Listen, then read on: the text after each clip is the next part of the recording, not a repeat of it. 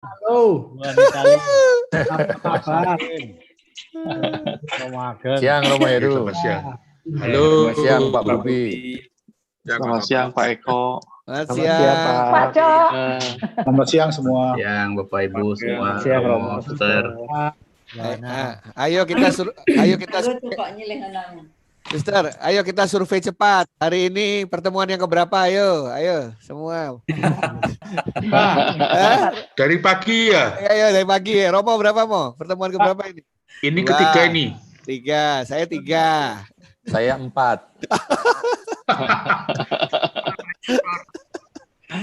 Jadi masih di Bandung ya? Masih Romo. Waduh. Tapi rambutnya makin keren. Putih. Rambutnya dua Putih warna. kabeh. Oh, Pak Bobi. Selamat siang semuanya. Sambil nyetir ya.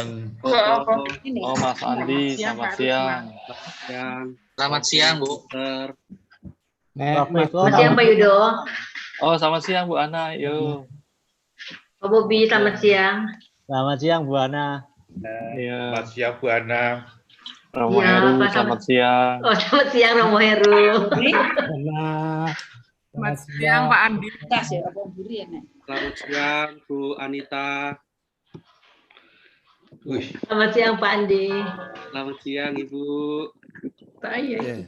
Jadi ini rapat ini Pak Bobi. Ya. Ini rapat yayasan tertutup apa terbuka ini kalau begini? Bukan tutup. Tertutup tapi dibuka umum. Itu Suster Magda ya? Ya, Pak Bobi. Nah, apa kabar, Suster? Baik, Pak. Itu efek COVID, rambutnya jadi panjang, Pak. 3 bulan belum potong. takut berangkat potong pulang bawa COVID malah celaka. Mas Gumawang, selamat siang. Selamat siang juga. Ini teman seangkatan saya ya. Ya, tadi saya sudah cerita ya. Oh, Sanatan Dharma ya? Angkatan seminari, Bu. Oh, oke. Saya memilih jalan yang benar. Romo Heru yang salah. Beberapa tahun nggak ketemu Romo Heru, itu tambah bijaksana rambutnya, Mo. Amin. Rambutnya Romo, rambutnya saja ya. Iya.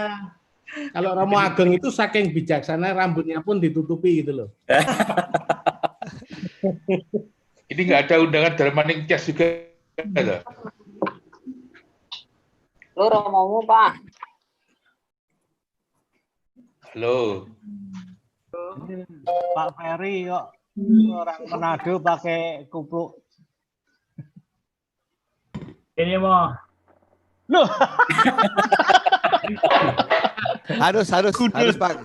Ada Bante. Ini dimatikan mana ya? Harus Bante pakai datang dari Manado. ya, harus pakai Debaten. harus pakai kupluk. Sudah dimatiin kalau Tadi ikut Prof Eko dan Ini kan udah mati. apa aja Pak Toto. Tetapi yang ditampilkan mau pembicaraan Kak. Kami ada 4 orang yang berlayar. Jadi di sini ada ketua jurusan pendidikan. Mau bagaimana? Mau Siap. udah mati. Oh, tapi kok usah tampil apa ya? Itu berarti yang lainnya belum matiin. Mereka pada nyala. Udah 56 di Zoom ini. Pak Toto, kita mulai ya. Kita mulai saja kali ya. Biasanya yang ngomong nanti Iya, hanya satu. Dia udah di ini kok. Cuma apa namanya? pembicaranya yang Cuma pembicaranya aja udah di ini. Mati ini ya? iya ini Udah mati ya? Oke. Saya sudah mute-kan semua. Selamat sore. Romo, Pastor, Ibu, Bapak, saudara-saudari yang saya kasihi. Terima kasih sudah bergabung, baik itu di Zoom maupun di YouTube. Baik, sebelum kita mulai, Pak Toto akan menyampaikan dulu aturan mainnya. Ini Pak Andreas Toto dari Periplus, silakan. Baik. Terima kasih Ibu Anita. Saudari dan saudara, para putra-putri Ibu Pertiwi, selamat pagi. Semangatnya selalu semangat pagi. Izinkan saya menyampaikan beberapa informasi terkait dengan aturan main kita bersama. Jadi nanti selama acara berlangsung, hanya narasumber dan moderator yang akan ditampilkan di video. Kita semua, kita mute masing-masing. Sehingga audio maupun video hanya untuk moderator dan narasumber. Lalu kalau ada pertanyaan, nanti silakan menggunakan fasilitas chat, baik yang ada di dalam Zoom maupun di YouTube. Lalu nanti kami yang akan menyampaikannya kepada moderator. Baru nanti di akhir acara, kita boleh mengaktifkan kembali audio maupun video kita, sehingga kita bisa saling bersapa. Demikian saja, Ibu Anita, terima kasih. Untuk kita semua, selamat mengikuti webinar, selamat menimba inspirasi dan semangat dari para narasumber. Terima kasih. Terima kasih Pak Toto. Selanjutnya kita buka dengan doa. Mohon Romo Gandhi, Sekjen Komdik KWI, berkenan memimpin dalam doa. Silakan Romo Gandhi.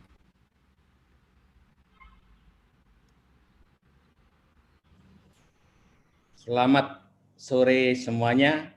Mari sebelum kita mengawali pembelajaran kita secara virtual ini, kita cipta hening sejenak agar seluruh proses kita berjalan dengan baik dan secara khusus nanti kita dan juga narasumber, kemudian Bapak Ibu guru semuanya mendapat berkat dari Allah. Kita hening sejenak. Cipta hening selesai. Terima kasih, selamat bertransformasi di dalam pembelajaran ini. Baik, terima kasih Romo Gandhi. Sekali lagi selamat sore kepada semuanya yang hadir, baik itu di Zoom maupun di YouTube. Senang sekali bisa berjumpa lagi, entah untuk yang beberapa kalinya ini, tapi kita berharap dengan perjumpaan-perjumpaan ini kita makin dikukuhkan, makin diberi semangat untuk terus mau berubah dan berbenah, dan sehingga akhirnya nanti kita juga bisa berbuah walaupun dalam situasi yang sulit seperti sekarang ini.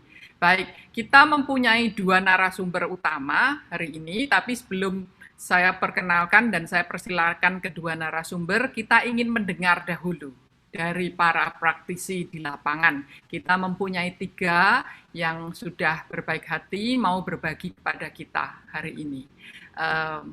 Yang pertama dahulu, ini masing-masing 4 menit saja ya. Yang pertama, seorang kepala sekolah, kepala SD Saverius 1 dari Bandar Lampung, Bapak Matias Siraleter. Kemudian yang berikutnya, Ibu Wahyu Prasetyaning Tias, Kepala SD Lentra Hati Jimbaran Bali, dan yang ketiga Pastor Agustinus Arbol, Ketua YPK Yayasan Pendidikan Katolik Keuskupan Amboina. Baik, saya persilakan dahulu Bapak Matias. Silakan, Matias. 4 menit saja, Pak Matias. Silakan di-unmute. Terima kasih Profesor Anita Lee, Romo Suster Bapak Ibu yang saya hormati. Sejak tanggal 17 Maret 2020 yang lalu, sejak pemerintah memberlakukan belajar dari rumah, waktu itu kami di satu Bandar Lampung itu langsung mulai belajar dari rumah. Sejak awal itu kami sudah menekankan bahwa untuk belajar dari rumah itu prinsip kita cuma ada 2. Yang pertama itu pembelajaran kita utamakan untuk pembelajaran kehidupan. Dan yang kedua, kita tidak mengejar target kurikulum. Tapi bahwa dalam proses pembelajaran ini memang kita mendapat banyak hambatan, kesulitan.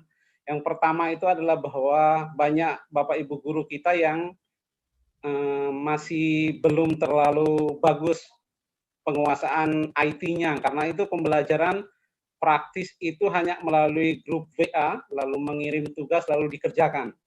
Lalu hal ini sangat membosankan untuk anak-anak, karena itu kami kemudian mengevaluasi, lalu meminta Bapak Ibu dibuat pelatihan singkat untuk bisa membuat materi pembelajaran dalam bentuk video, sudah itu dalam bentuk pesan suara atau dalam bentuk PowerPoint yang kemudian dibagikan. Dan kami membagi setiap pembelajaran 1 hari itu dalam 3 sesi. Pembelajaran sesi pertama itu adalah pembelajaran kehidupan. Anak semua diajak untuk merapikan tempat tidurnya, untuk menyiram tanaman, atau untuk olahraga, atau mereka bernyanyi bersama. Ini kami kasih waktu dari jam 7 sampai jam 8. Itu untuk pembelajaran kehidupan, ini semuanya ditangani oleh guru kelasnya. Setelah itu ada satu sesi lagi, itu adalah sesi edukasi COVID. Ini karena para guru sudah menyiapkan materi pembelajaran dan pembelajaran kehidupan, karena itu materinya disiapkan oleh saya, kepala sekolah yang menyiapkan, lalu membagikan kepada guru kelas, lalu guru kelas membagikan kepada anak saya, kepala sekolah yang menyiapkan, lalu membagikan kepada guru kelas, lalu guru kelas membagikan kepada anak-anak untuk video. Sudah itu sesi yang ketiganya itu pembelajaran tematik. Tetapi setelah kita kemudian meminta lebih banyak pembelajaran dengan audio dan video, ternyata kesulitannya menjadi lebih besar. Orang tua kemudian mengeluhkan bahwa penggunaan sangat besar. Lalu mereka meminta supaya uang sekolah diturunkan atau mereka dikasih kompensasi untuk mengganti uang kuota. Lalu banyak juga yang anak-anak karena SD tidak memiliki HP yang digunakan untuk pembelajaran itu milik orang tua. Dan masih banyak orang tua yang tidak bekerja dari rumah. Karena itu banyak anak yang tidak bisa ikut belajar pagi, mereka baru bisa mengikutinya di sore hari. Dan ini juga menjadi kesulitan. Karena itu setelah semua komplain lalu kami evaluasi, lalu kami di tanggal masuk bulan April setelah liburan Paskah, itu kami melakukan uji coba untuk pembelajaran melalui TVRI bersama dengan pembelajaran dari TVRI. Juga masih menemukan banyak kesulitan karena banyak channel televisi yang tidak ada TVRI-nya. Sudah itu untuk anak-anak kelas kecil, kalau ketika tidak didampingi oleh orang tuanya, itu mereka tidak bisa belajar dengan baik. Sudah itu yang ketiga, itu ternyata soal yang ada di TVRI itu sejak pagi itu sudah dibagikan di internet. Karena itu banyak anak yang pembelajarannya belum selesai, tugasnya sudah selesai dan dikirim kepada guru.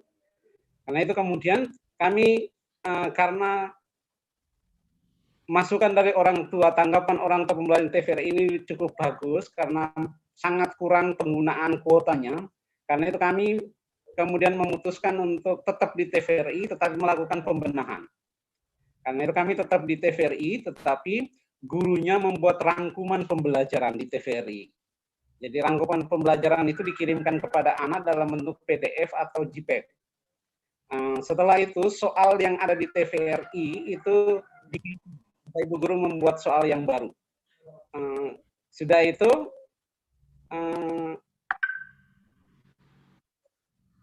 hasil pembelajaran itu kemudian Bapak Ibu Guru rangkum lalu membuatnya mereka akan mengerjakan bersama sehingga anak-anak terdampingi.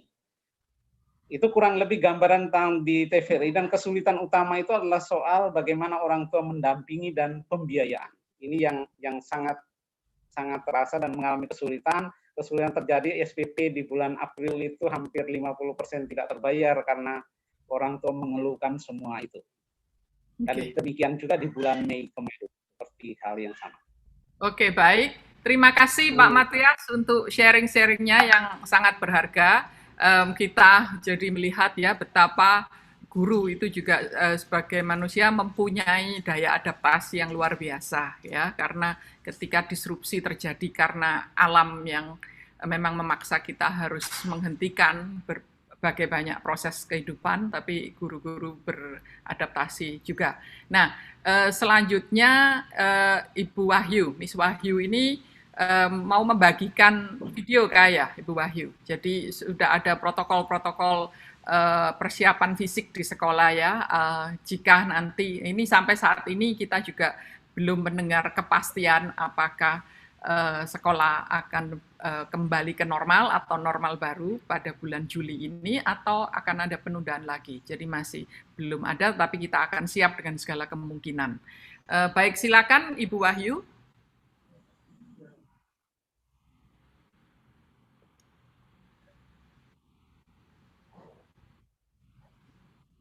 Ibu Wahyu, apakah ada?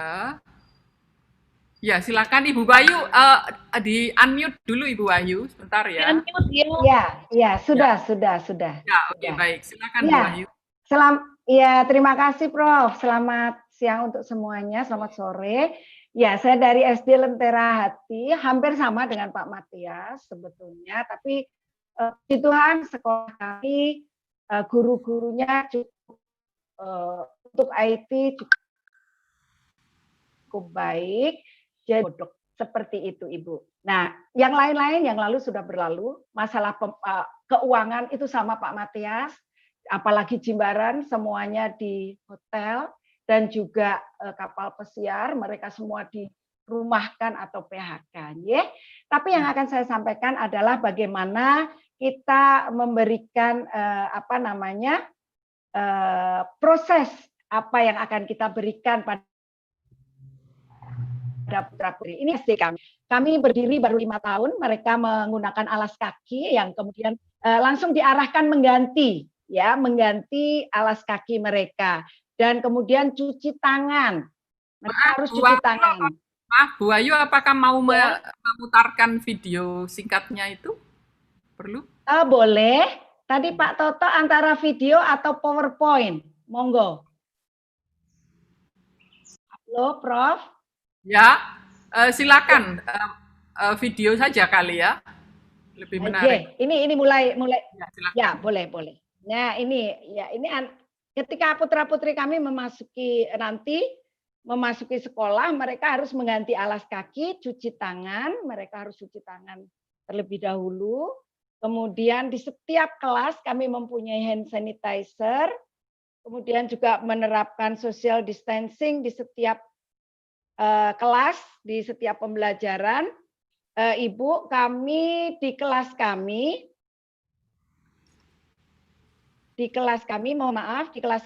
yang tadinya 28, ke depan kami hanya ada 9 orang untuk tahun ajaran ini. Kemudian kami juga sudah memberikan face shield untuk putra-putri kami. Kemudian di setiap kelas itu kami ada toilet khusus, Ibu.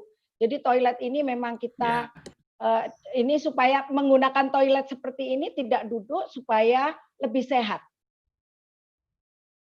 Oke. Kemudian ini untuk meminimalisir penularan kuman. Ini semua kelas ada Ibu ya. Setiap kelas kami punya. Hand sanitizer juga setiap kelas ada.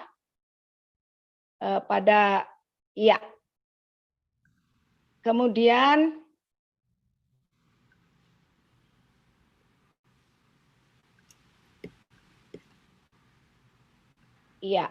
nah ini masuk ke kelas itu putra-putri kami memang menjadi hanya tidak sampai setengah, hanya sepertiga yang nanti akan masuk ke kelas ini. Jadi ini jaraknya 1,5 meter per anak agar mereka betul-betul dengan social distancing mereka bisa melakukan dengan baik. Ada penerapan physical distancing. Gimana di depan kelas? Seperti ini, Prof, yang kami lakukan. Seperti itu saja, Prof, yang bisa kami lakukan. Kegiatan-kegiatan kami yang akan kami berikan pada putra-putri kami. Baik, persiapan new normal. Nah, nanti Ya, kalau sudah persiapan new normal untuk Lentera Hati School. Mendikbud. Jadi kami sudah mempersiapkan. Halo? Ya, ini saya yang share screen Bu Wahyu. Tadi Bu Wahyu belum share screen. Ya. Oh gitu, J, baik. Iya, Pak. Udah ya? Ini, Oke. ini. Oke, baik. Saya matikan ya share screen-nya. Baik. Terima kasih Bu Wahyu untuk sharingnya. Tampak siap sekali ya. Seandainya harus masuk Juli atau entah kapan itu sudah siap dengan protokolnya. Baik, selanjutnya Pastor Agus. Pastor Agus ini Ketua Dewan Pengurus Yayasan Pendidikan Katolik Keuskupan Amboina. Silakan Pastor Agus untuk sharing. Mau share screen sendiri atau saya yang operasikan, Pastor? Boleh sendiri, Ibu Anita. Sendiri, silakan. Ya. Selamat sore, Ibu Anita dan juga semua peserta. Terima kasih untuk waktu yang diberikan kepada kami untuk boleh sharing. Sebentar, apakah sudah muncul di... Belum muncul. Belum ya? Oke, saya ulang. Ya, kayaknya sudah ya. Ya, itu. Ya, terima kasih. Apa yang sudah kami buat menghadapi pandemi COVID-19, tentu saja sebagai Dewan Pengurus Yayasan, kita berupaya untuk meminimalisir kesulitan, tantangan, ancaman yang dihadapi oleh Yayasan Pendidikan Katolik Keuskupan Amboina.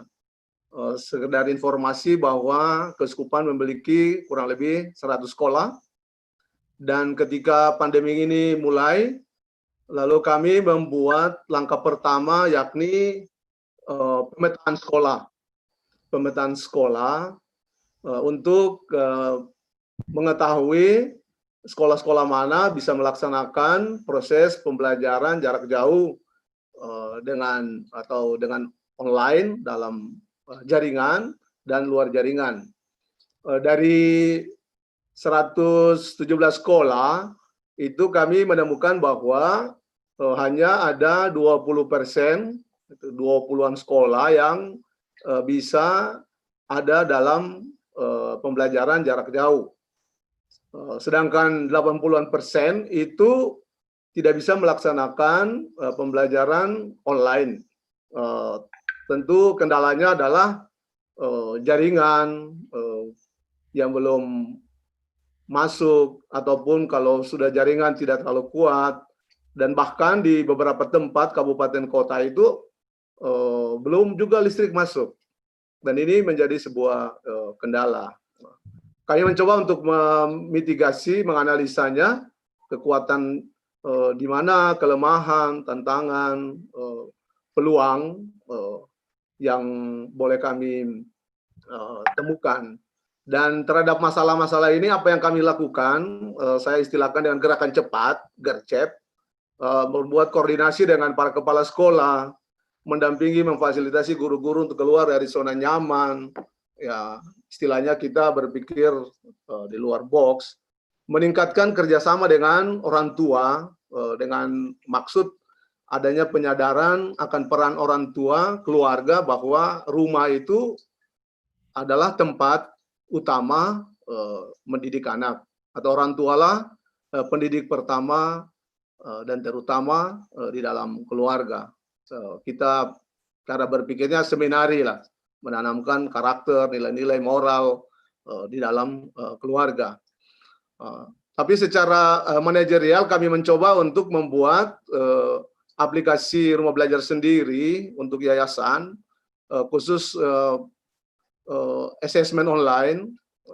Saat ini memang sedang berlangsung itu penilaian akhir semester. Apa yang diajarkan selama PJJ itu kami coba untuk mengukurnya, walaupun itu tidak dimaksudkan untuk mengukur ketercapaian kurikulum, tetapi lebih pada menanamkan nilai-nilai karakter dalam diri anak seperti disiplin, tanggung jawab, kreativitas, kejujuran, dan juga membangun komunikasi yang baik, personal yang menyentuh hati antara guru dan siswa. Saya katakan bahwa kalau secara pemetaan ini potret kami, maka pertanyaannya adalah apa yang harus kami buat lagi menghadapi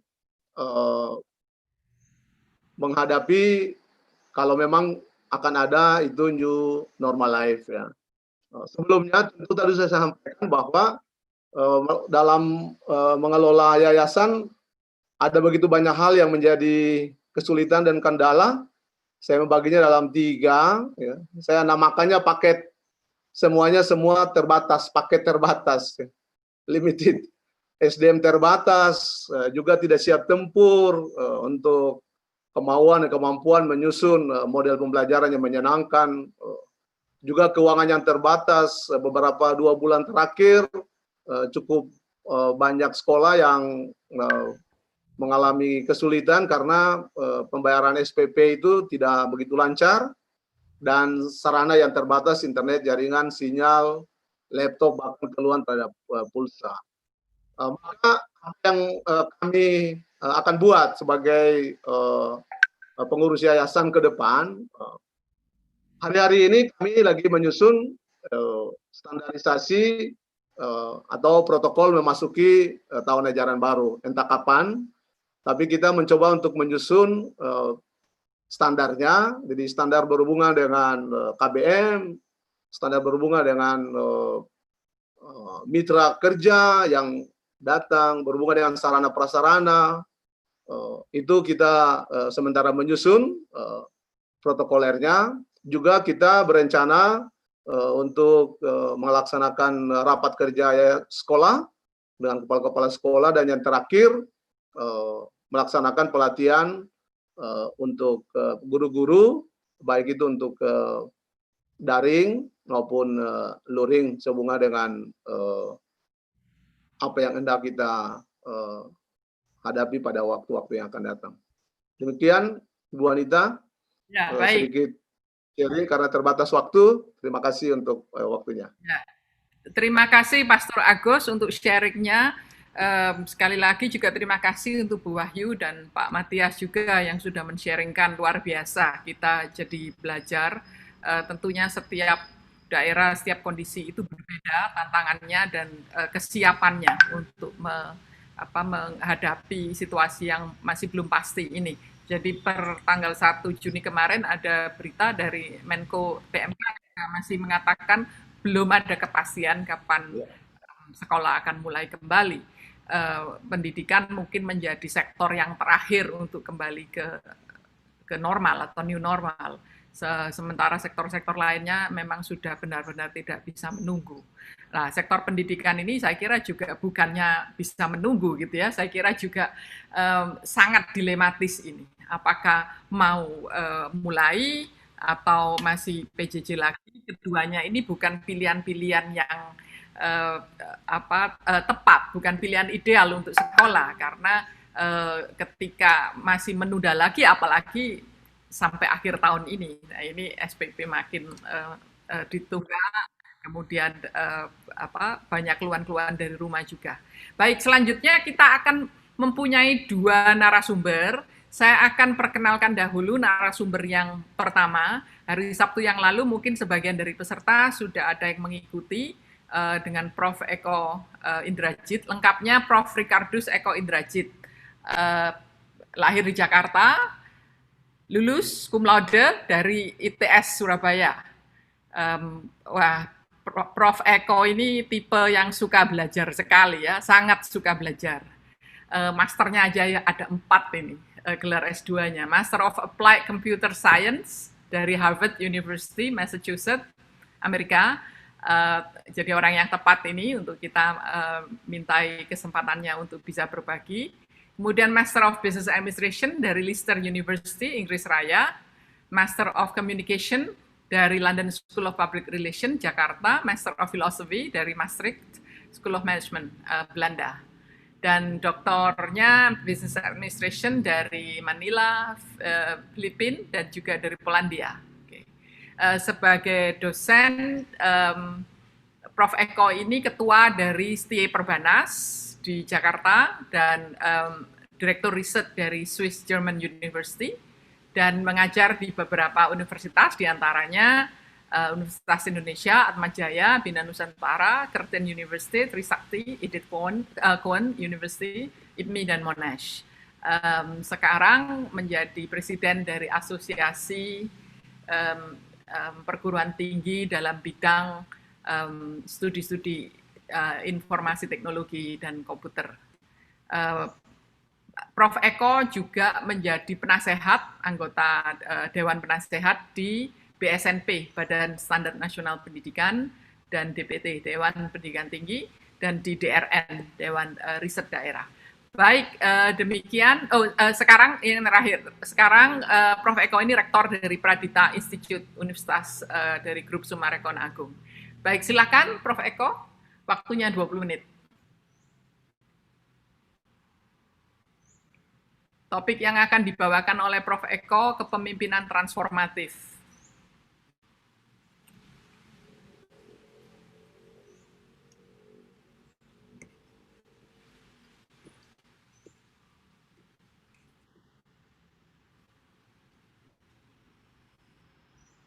Apakah suara saya bisa terdengar? Ya, Prof. bisa. Anita? Terima Bisa. kasih. Baik, terima kasih Prof. Anita untuk perkenalannya.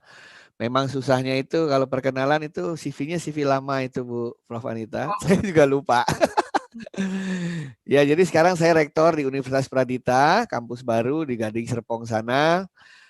Saya mendapatkan penghargaan, kesempatan luar biasa untuk bisa sharing pada hari ini dengan judul Kepemimpinan Transformatif. Dalam membuat presentasi ini, saya mencoba untuk berempati dengan para pihak stakeholder di bidang pendidikan yang sedang memasuki saat-saat yang sulit ini. Saya mencoba berempati dengan peserta didik, dengan orang tua, dengan guru, dengan kepala sekolah, dengan yayasan, dan lain sebagainya. Pada hari ini saya ingin men-sharingkan hasil dari refleksi kami setelah berbincang-bincang dengan sejumlah pihak, mudah-mudahan bisa menjadi sesuatu yang berharga bagi bapak-bapak dan ibu-ibu sekalian. Bapak Ibu sekalian, dalam kondisi seperti sekarang ini, pertama saya akan menempatkan diri saya pada orang tua. Saya punya 4 anak yang sudah lama di rumah 2-3 bulan gitu ya. Jadi dalam memasuki tahun ajaran baru ini, seluruh mata orang tua tertuju pada pemerintah dan kepala sekolah.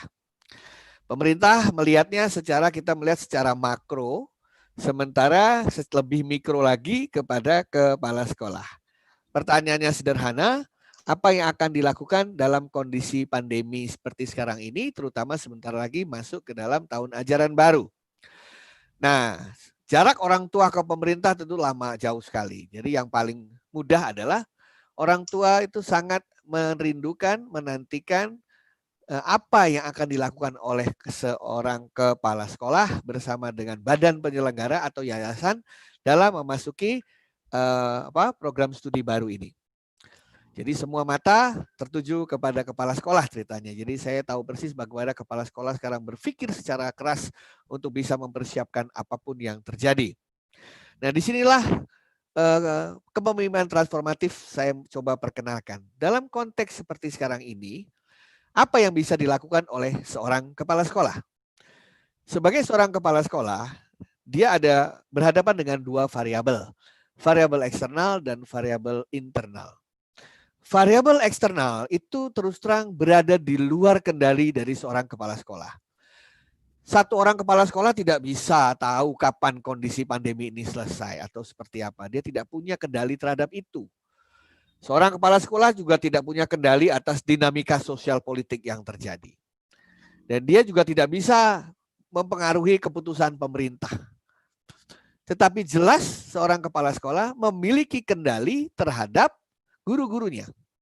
Kepala sekolah memiliki kendali terhadap sekolahnya, memiliki kendali terhadap proses pembelajarannya, kurikulumnya, siswa didikannya, karyawannya, dan semua stakeholder yang ada di dalam wilayah kepemimpinannya. Artinya kalau ditanya apa yang bisa dilakukan kepala sekolah adalah mencoba bermain dengan variabel-variabel yang ada di dalam kuasanya atau berada di dalam wilayah kendalinya. Itulah adalah yang namanya manajemen sederhana. Sementara dari eksternal, ya artinya apa? Dalam bahasa sederhana, we have to prepare for the worst but pray for the best. Jadi kita harus berpikir sesuatu yang terburuk yang terjadi, misalnya apa? Baru pandemi ini usai nanti Desember sehingga kita bisa tatap muka baru Januari, dengan tetap berharap dan berdoa secepat mungkin pandemi ini bisa selesai. Tapi jangan dibalik. Kalau dibalik akan menyulitkan kita. Kita beranggapan for the best gitu ya, tapi tidak prepare for the worst. Kita berharap bulan depan nanti semua akan normal kembali. Ternyata tidak, bulan depan lagi ditambah seperti itu. Itu membuat orang tua menjadi cemas. Orang tua akan merasa percaya diri apabila kepala sekolahnya memiliki plan yang solid terhadap apa yang akan dilakukan dalam tahun ajaran baru ini. Paling tidak 1 semester untuk depan ini. Tadi 2 orang kepala sekolah sharing di depan dan saya yakin bahwa dengan rencana yang begitu jelas, pemilihan mata ajarnya, sesi-sesinya, apa saja yang akan dilakukan, maka paling tidak membuat orang tua merasa nyaman bahwa anak-anak mereka berada dalam good hand. Kenapa ini penting? Karena banyak kepala sekolah, banyak yayasan yang ketika menjawab orang tua, menjawabnya adalah, ya kita tunggulah nanti keadaan kondisi, kita tunggu nanti aturan dari pemerintah, kita tunggu nanti ada juklak juknis dari pemerintah. Nah itu sangat mengkhawatirkan kami bagi orang tua. Karena artinya sekolah tidak memiliki plan atau prinsip yang jelas dalam menghadapi situasi yang serba tidak menentu ini. Itu dari sisi orang tua, dari sisi kami sebagai orang tua. Nah, dengan kata lain, maka kepala sekolah sekarang adalah menjadi nakoda bagi kapalnya. Mengapa kemudian judul kepemimpinan transformatif menjadi penting? Karena dalam situasi seperti ini, maka yang tadinya semua keputusan, yang tadinya semua decision itu terpusat di yayasan dan kepala sekolah.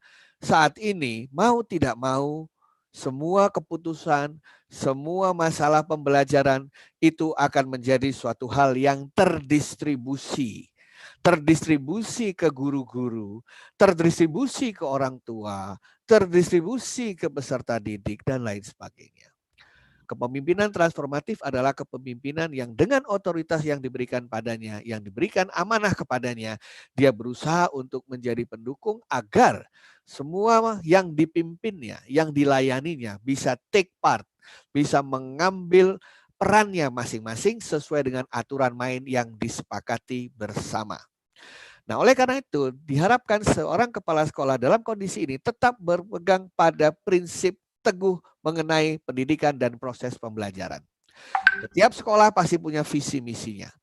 Jadi sudah jelas pembelajaran tidak boleh berhenti apapun yang terjadi.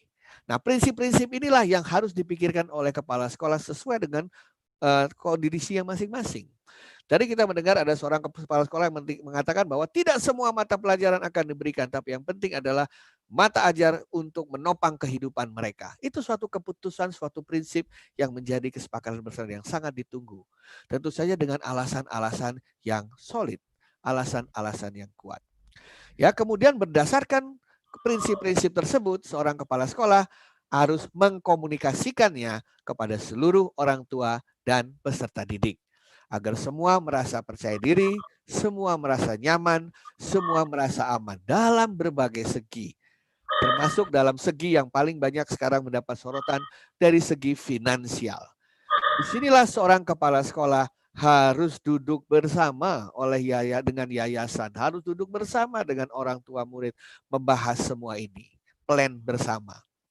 Ya, dari situ maka seorang kepala sekolah akan membuat strategi implementasi yang jelas dan terkendali. Kalau ingin menjalankan PJJ yang seperti apa? Apakah PJJ tersebut mendukung prinsip-prinsip pembelajaran yang sudah disampaikan di awal tadi? Bukan sembarang PJJ saja. Apakah cara pemilihan mata ajar yang akan diberikan sesuai dengan visi dan misi sekolah dan pendidikan? Nah, itulah yang penting dalam strategi. Baru nanti akhirnya ketika itu dijalankan, maka seorang kepala sekolah pimpinan yang transformatif akan mendampingi eksekusi strategi secara intensif. Jadi kalau seperti dalam normal kan kepala sekolah ada di atas, semua sudah terdeliver, sudah terdelegasi dengan baik. Sekarang ini kepala sekolah harus bisa setiap hari memahami apa yang terjadi di lapangan. Ya. Nah, sementara yayasan dan kepala sekolah udah tidak ada jalan lain, mereka harus hand in hand. Bersama-sama duduk untuk memutuskan apa yang do, apa yang don't, apa yang harus dilakukan, apa yang tidak perlu dilakukan atau bisa dihindari. Hal ini penting karena masih banyak dalam kondisi seperti sekarang ini. Hubungan yayasan dan kepala sekolah itu masih jauh. Yayasan cuma kasih prinsip-prinsipnya aja, pokoknya belajar tetap ya berlangsung, tapi jangan minta uang misalnya begitu. Kepala sekolahnya pusing, gimana pembelajaran tetap berlangsung, tapi tidak boleh minta dana. Itu sebagai contoh-contoh. Tapi mereka berdua harus duduk hand in hand bersama-sama melihat. Kenapa? Karena mereka pernah punya janji kepada orang tua untuk memberikan yang terbaik bagi putra-putri didik kami. Nah, pendekatan top down akan memakan waktu yang lama dan kurang efektif dalam kondisi seperti sekarang ini. Ya, badan penyelenggara atau yayasan dengan kepala sekolah harus menjadi tandem. Ya, memperlihatkan model kepemimpinan yang transformatif dan agile, yang tangkas, dinamis sesuai dengan dinamika perubahan yang ada. Tanpa ada prinsip yang jelas dan kerjasama yang kuat antara yayasan dengan kepala sekolah, maka akan membuat berbagai strategi proses pendidikan menjadi tidak jelas dan itu mengkhawatirkan para orang tua maupun peserta didik. Nah, ciri khas kepemimpinan yang transformatif, pertama, kepala sekolah itu sudah memiliki karisma, memiliki otoritas, memiliki amanah yang diberikan oleh orang-orang yang mempercayai mereka. Pergunakan itu secara optimum. Ya, senantiasa hadirkan stimulasi intelektual bagi para pengikutnya atau karyawannya. Jadi kepala sekolah harus memberikan stimulasi intelektual kepada guru-guru, kepada karyawannya yang mengatakan, yes, Anda bisa menjalankan PJJ dari rumah. Saya saja percaya, masa Anda tidak percaya dengan diri Anda? Kami akan memberikan apapun yang Anda butuhkan untuk bisa menjalankan PJJ demi anak-anak kita. Itu salah satu contoh kepemimpinan transformasional yang memberikan motivasi kepada para guru-guru, kepada para karyawan, termasuk kepada peserta didik. Pemimpin yang transformatif memperhatikan dan memberikan dukungan penuh bagi pengikutnya untuk berkembang. Dia mengizinkan dia mengizinkan gurunya untuk berbuat salah dalam konteks PJJ. Gak apa-apa salah, yang penting adalah belajar dari kesalahan itu, selalu memperbaiki diri. Karena seluruh dunia baru belajar. Kesalahan itu adalah bagian dari pembelajaran. Jadi tidak usah khawatir, silakan salahnya cepat, jangan lama-lama, kemudian perbaiki dan tularkan ke guru-guru yang lain. Kemudian seorang pimpinan yang transformatif selalu berupaya meningkatkan kapasitas agar para pengikutnya bisa mandiri. Ya, tentu saja seperti waktu kita naik sepeda, awalnya perlu orang yang megangin, tapi begitu sudah jalan, kita berterima kasih kepada guru-guru tersebut, kita berikan pujian, kita berikan tanggung jawab lebih besar agar mereka menjadi pemimpin juga bagi tidak kelasnya masing-masing. Kemudian harus juga memberikan contoh dalam dan tauladan ketimbang banyak berbicara. Berbeda kepala sekolah yang mengatakan, ayo pakai ini, ayo pakai itu, tapi yang bersangkutan tidak memakainya juga. Tapi kepala sekolah mengatakan, ayo pakai Zoom, ayo pakai Google Classroom, ayo pakai You Meet Me, ayo pakai Moodle, ayo pakai Quizzes, ayo pakai Kahoot, dan dia sendiri memperlihatkan dia menggunakan itu, maka yang lain akan turut dengan sendirinya. Saya belajar dari sekolah saya waktu SMA kemarin, saya dipercaya untuk menemani SMA saya dulu. Ini ada Romo Heru, ini SMA Kanisius. Di mana di situ dicoba dilakukan apa yang kami lakukan di situ. Kami mencoba lakukan adalah memberikan contoh dengan cara justru guru yang paling senior yang kami dampingi untuk bisa melakukan PJJ. Dan ketika guru yang paling senior tersebut bergembira, berbangga, bisa melakukan pembelajaran itu, maka tidak ada alasan bagi guru-guru yang jauh lebih muda, jauh lebih bersemangat, yang staminanya lebih hebat untuk tidak bisa menggunakan PJJ. Nah, sama persis. Saya memberikan banyak contoh kepada guru-guru dengan memperlihatkan contoh dari guru-guru di daerah pedalaman yang berhasil. Yang dengan segala keterbatasannya, dengan segala apa yang dia milikinya, dia berusaha payah untuk bisa memberikan pembelajaran jarak jauh kepada siswa-siswanya. Itulah yang membedakan DNA seorang guru dengan yang bukan. Dan yang terakhir, mereka harus tetap menjadi pribadi yang open mind dan open heart dalam memahami dinamika perubahan yang terjadi. Nah, dari situ maka pada saat ini dalam tahun ajaran baru ini keputusan pemimpin di sekolah nomor 1 menurut saya adalah Anda harus menetapkan tujuan rasional yang ingin dicapai dalam kondisi COVID-19. Kenapa kata rasional ini saya perbesar dan saya garis bawahi yang bisa dicapai? Karena ini bukan situasi ideal. Sehingga harus membuat tujuan yang rasional yang bisa dicapai. Tadi sudah diberikan contoh oleh kepala sekolah yang awal tadi berbicara mengenai tujuan yang rasional seperti apa. Nah, setelah tujuan yang rasional itu bisa dibuat, dikembangkan, disepakati bersama oleh stakeholder, baru yang kedua mengidentifikasi sumber daya apa yang dimiliki oleh sekolah dan yang bisa diadakan oleh sekolah. Jadi apa yang dimiliki sekarang dan apa yang bisa diadakan. Kita inventarisasi. Setelah memiliki itu, barulah kita berpikir strategi apa yang harus kita pakai untuk mencapai tujuan tersebut. Nah, 3 hal ini penting dalam ilmu manajemen klasik dikatakan sebagai yang pertama itu adalah adalah tujuannya, the goal ya, goalnya, sumber daya adalah mean-nya dan strategi adalah way-nya. Ya, jadi dalam konteks seperti sekarang ini, Anda saya rasa diberi kebebasan untuk memberikan tujuan yang rasional bagi satuan pendidikan yang masing-masing. Bukankah Mas Menteri sudah memberikan kemerdekaan dalam bentuk merdeka belajar?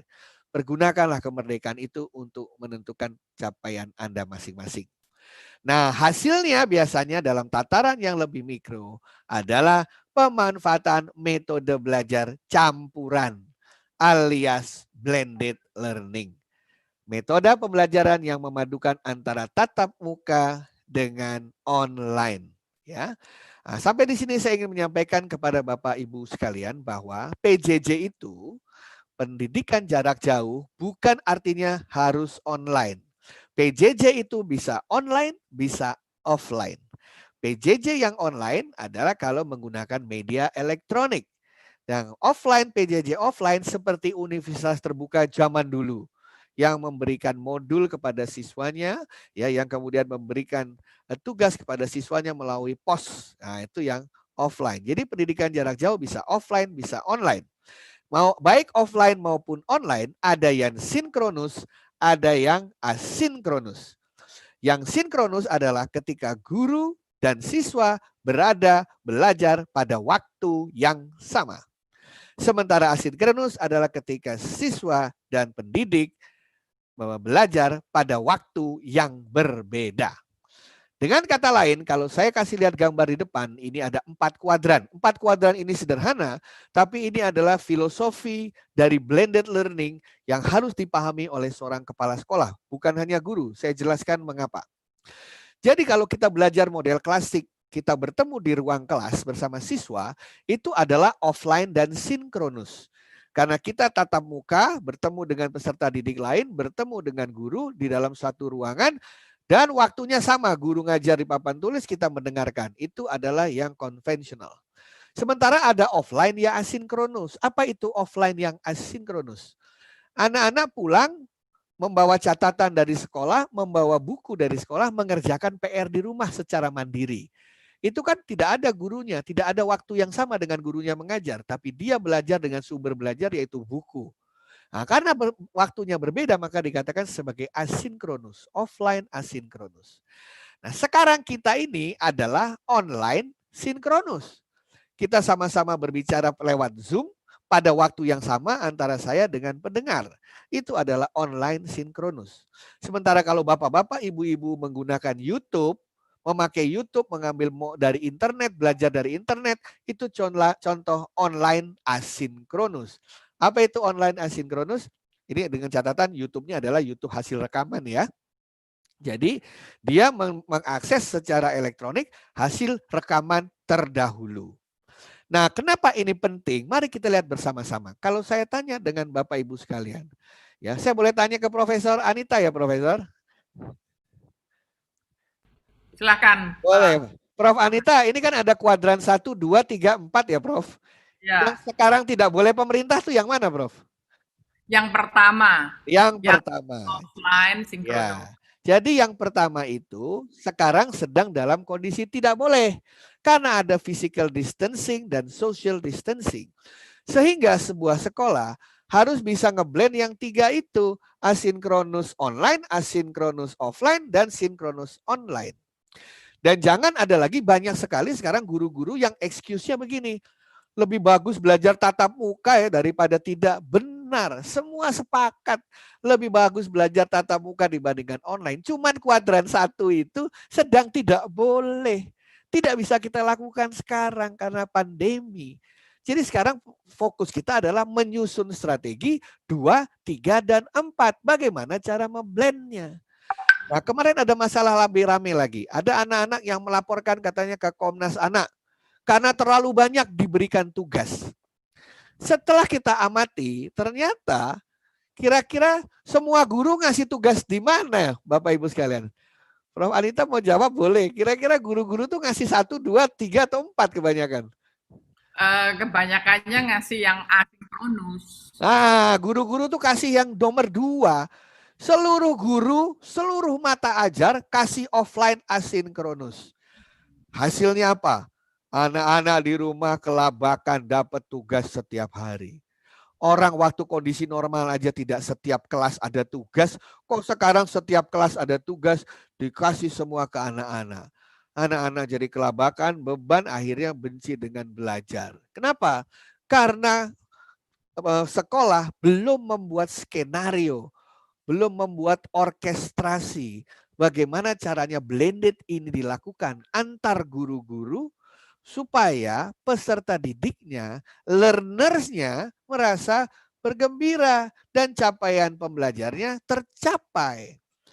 Nah, seorang kepala sekolah yang tidak transformatif, terserah guru-guru mau ngapain aja. Akhirnya semua guru dengan WA mengirimkan tugas ke anak-anak lewat orang tuanya, dan orang tuanya tiba-tiba dapat tugas begitu banyak dari begitu mata pelajaran, dan anaknya sama sekali bingung tiba-tiba dapat tugas, tidak pernah ketemu gurunya, tidak pernah berinteraksi dengan gurunya, taunya adalah gurunya menyuruh orang tua untuk memberitahu siswa didiknya. Tentu saja ini sangat jauh dari prinsip-prinsip pendidikan, sangat jauh dari prinsip-prinsip pembelajaran. Disinilah peran kepala sekolah. Sebelum guru-guru berjalan masing-masing, seorang kepala sekolah harus memiliki cara strategi orkestrasi bagaimana pembelajaran dilakukan bersama guru-gurunya. Ya, mana yang harus didahulukan, mana yang didukung, mana yang bisa belajar sendiri, mana yang harus online sinkronus. Ada lagi sudah online sinkronus, ngasih tugas lagi, masuk lagi ke bagian 2. Sudah online asinkronus, kasih tugas lagi. Akhirnya semua anak-anak menjadi di nomor 2 bebannya itu. Padahal dalam kondisi seperti sekarang ini, kita harus bermain 2, 3, dan 4. Dan banyak pertanyaan. Pak, bukankah 2, 3, dan 4 itu sulit untuk mengajarkan sikap, untuk mengajarkan akhlak mulia, untuk mengajarkan afektif? Ya, tapi jangan salah. Sebenarnya sekarang kuadran 1 tuh bisa dijalankan. Prof Anita, kira-kira kuadran 1 sekarang anak-anak itu dekatnya sama siapa sekarang, Prof Anita ya? Kuadran 1 itu. Kira-kira Bapak Ibu. Anak-anak bisa dekat sama siapa? Orang tua. Orang tua, betul. Jadi kuadran 1 itu kerjasama. Kuadran 1 orang tua dengan siswa. Kuadran 2, 3, dan 4, ayo kita bagi tugas dengan sekolah. Nah, seperti itulah yang namanya skenario, strategi, orkestrasi. Tiap sekolah pasti akan beda-beda. Tergantung apa? Ramuan blendednya, karena pakai kata blended, jadi ramuannya seperti apa ya? Blended. Ramuannya seperti apa? 1, tergantung tujuan pembelajarannya, yang tadi yang rasional itu. 2, tergantung karakteristik peserta didiknya. 3, tergantung dukungan sarana prasarana. 4, tergantung kesiapan infrastruktur. 5, tergantung kondisi lingkungan sekitar. 6, tergantung literasi pedagogik dari pendidik. 7, tergantung ketersediaan finansial. 8, tergantung prinsip satuan pendidikan yang dianut. Dan yang terakhir, tergantung kerjasama dengan orang tua. Ini semua harus dipetakan untuk mendapatkan ramuan blended yang tepat. Tiap sekolah berbeda-beda, bahkan mungkin tiap kelas beda-beda. Jadi siapa yang harus bersiap-siap untuk membuat skenario itu? Ya semua stakeholder. Yayasan dengan kepala sekolah, hand-hand dengan guru dan orang tua, dan peserta didiknya itu sendiri. Dan slide terakhir, mudah-mudahan waktunya masih ada, yaitu contoh keputusan terkait blended learning. Saya senang tadi ada kepala sekolah yang sudah sharing. Ini contoh ya, bukan harus seperti ini. Contoh misalnya. Tahun pelajaran baru dimulai Juli 2020 dengan pola belajar PJJ blended learning selama 1 semester. Keputusan. 2, kepala sekolah menetapkan prinsip-prinsip penyelenggaraan proses pembelajaran sebagai panduan bagi guru. Tidak perlu terlalu technical rigid, tapi prinsip-prinsipnya seperti apa. Di situ kepala sekolah memberikan prinsip-prinsipnya, the do and the don't yang boleh dilakukan oleh guru setelah nanti mereka jalan sendiri-sendiri dengan otoritas dan delegasi yang diberikan oleh kepala sekolah. Kemudian masing-masing guru mata pelajaran tadi menetapkan tujuannya masing-masing serta model pembelajarannya yang berorientasi pada karakteristik peserta didik dalam situasi kondisi lingkungan seperti saat ini. Jadi guru-guru membuat ya yang rasional seperti apa dan caranya bagaimana dalam kondisi seperti ini. Kemudian berdasarkan itu masing-masing guru silahkan mengidentifikasi perlunya apa supaya bisa jalan seperti itu. Perlu pulsa, perlu handphone, perlu alamat Zoom yang 40 menit gak mati, apapun udah di list. Setelah itu guru-guru memberikan ke kepala sekolah dan kepala sekolah bersama badan penyelenggara yayasan melihat mana yang bisa diadakan, mana yang tidak. Kalau bisa diadakan, bagus, guru bisa menjalankan tugasnya. Kalau tidak bisa diadakan karena keterbatasan tertentu, kembali berembuk secara iteratif. Setelah itu, barulah setelah matang, rencana proses pembelajaran selama 1 semester ke depan dikomunikasikan kepada seluruh orang tua beserta pembagian perannya masing-masing.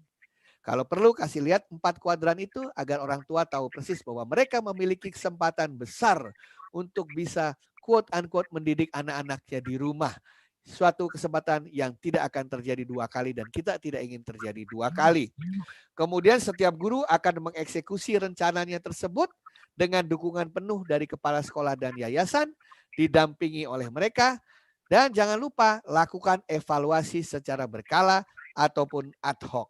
Orang tua tahu persis bahwa mereka memiliki kesempatan besar, suatu kesempatan yang tidak akan terjadi 2 kali dan kita di rumah terjadi 2 kali. Kesempatan yang kemudian setiap guru akan mengeksekusi rencananya tersebut dengan kemudian setiap guru akan mengeksekusi rencananya didampingi oleh mereka dukungan penuh dari kepala sekolah dan yayasan, evaluasi didampingi oleh mereka ataupun dan jangan lupa lakukan evaluasi bahwa mereka memiliki kesempatan besar, suatu kesempatan yang tidak mendidik anak-anak kita di rumah jadi 2 kali. Kesempatan yang kemudian setiap guru akan mengeksekusi rencananya 2 kali. Dengan kemudian setiap guru akan mengeksekusi rencananya tersebut dengan kemudian setiap guru kepala sekolah dan yayasan didampingi oleh mereka ataupun dan jangan lupa lakukan evaluasi dan mereka memiliki kesempatan besar, suatu kesempatan yang mereka memiliki kesempatan besar, suatu kesempatan yang tidak mendidik anak-anak kita di rumah jadi 2 kali. Kesempatan yang kemudian setiap guru akan mengeksekusi rencananya 2 kali.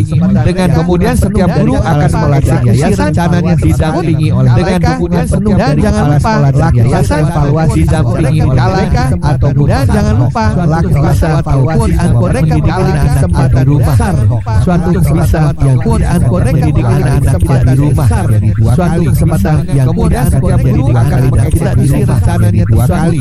Dengan kemudian setiap guru akan mengeksekusi rencananya didampingi oleh dengan kemudian setiap guru akan melakukan yayasan didampingi oleh mereka atau kemudian jangan lupa yayasan evaluasi didampingi mereka atau kemudian jangan lupa suatu kesempatan yang tidak mereka menjadi di rumah suatu kesempatan yang tidak mereka di rumah suatu kesempatan dengan kemudian setiap guru akan mengeksekusi rencananya 2 kali dengan kemudian setiap guru akan menjadilah pemimpin yang agile. Dalam situasi seperti sekarang ini, we have to prepare for the worst but pray for the best. Sekian dan terima kasih. Baik, terima kasih Prof. Eko, luar biasa. Silakan memberikan apresiasi dengan di kanan bawah itu ada reaction. Kasih jempol, kasih tepuk tangan ya. Terima kasih. Terima kasih Prof. Eko untuk pemaparannya luar biasa. Berikutnya narasumber yang kedua, ini saya sering mendengarkan beliaunya ini karena memang pakarnya untuk blended learning, bahkan jadi presidennya ITEL ya. Saya akan bacakan dulu CV-nya Prof. Dr. Gumawang Jati ya. Presiden dari ITEL, Indonesia Technology Enhanced Language Learning Association. Jadi asosiasi yang menaungi pembelajaran bahasa melalui yang dibantu oleh teknologi. Ada conference-nya.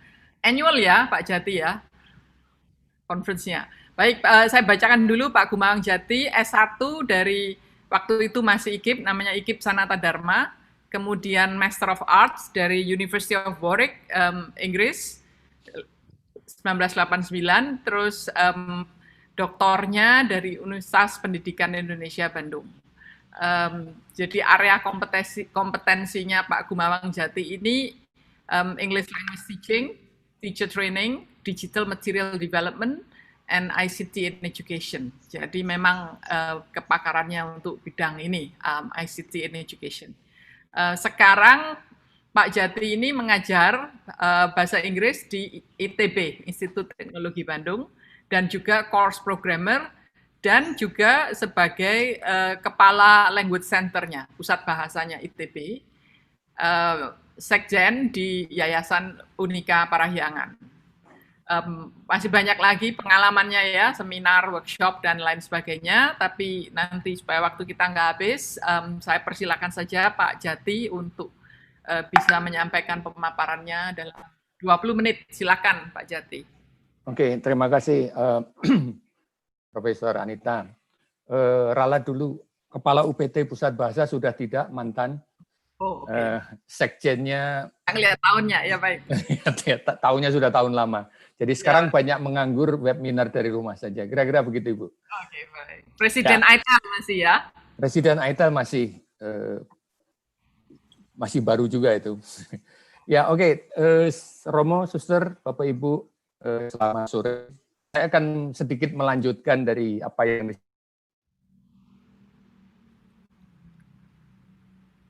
fokus saja untuk membuat kepala sekolah yang punya yayasan, ketua yayasan, dan para guru galau.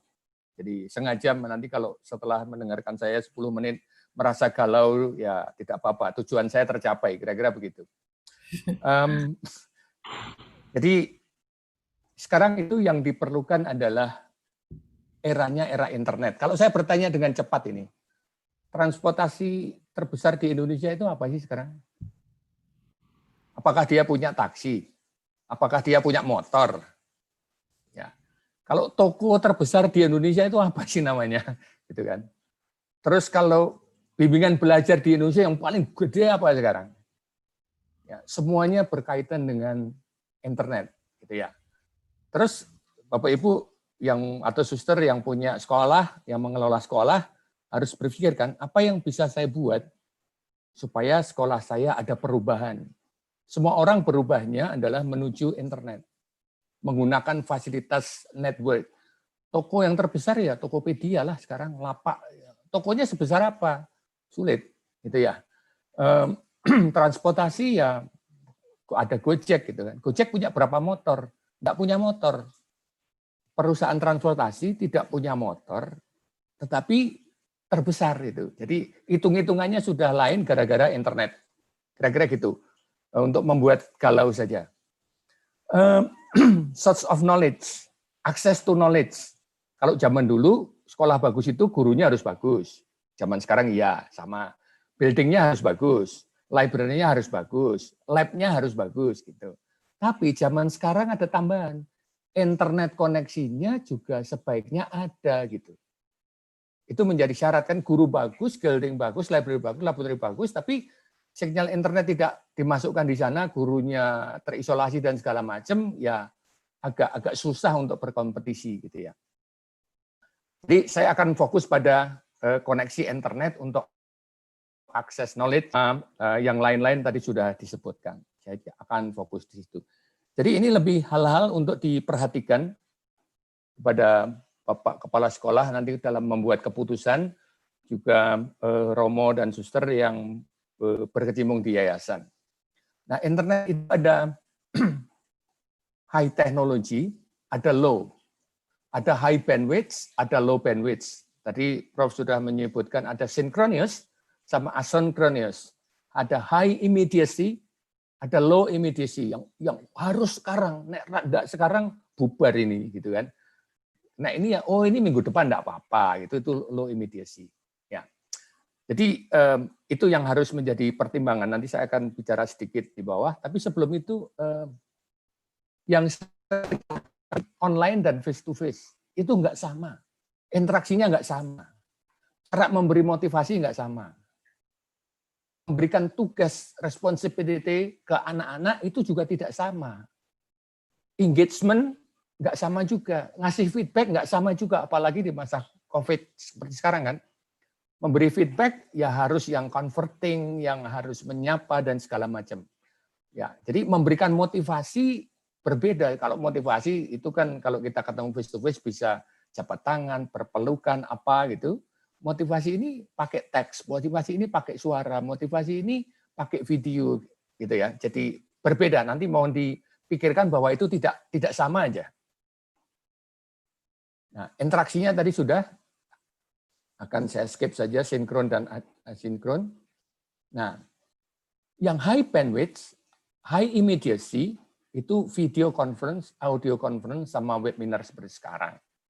Tadi ada kepala sekolah yang di Lampung mengatakan, ya setelah harus pakai Zoom dan segala macam, orang tuanya teriak-teriak, ya pasti.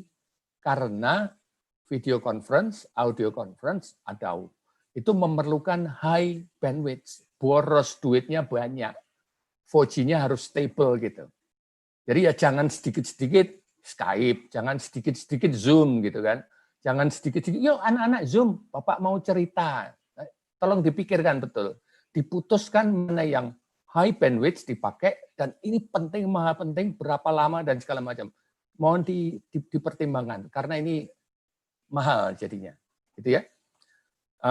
Live Facebook, ada IG dan segala macam. Intinya kalau itu ada gambar, ada video, gambar, ada suara, dan berinteraksi, ya itu mahal pasti. Itu high tech yang diperlukan gitu. Jadi perlu dipikirkan nanti dari segi metodologi mana ramuan-ramuan yang pas itu perlu didiskusikan. Ya. Ini perbandingan saja. Kalau Zoom itu 700,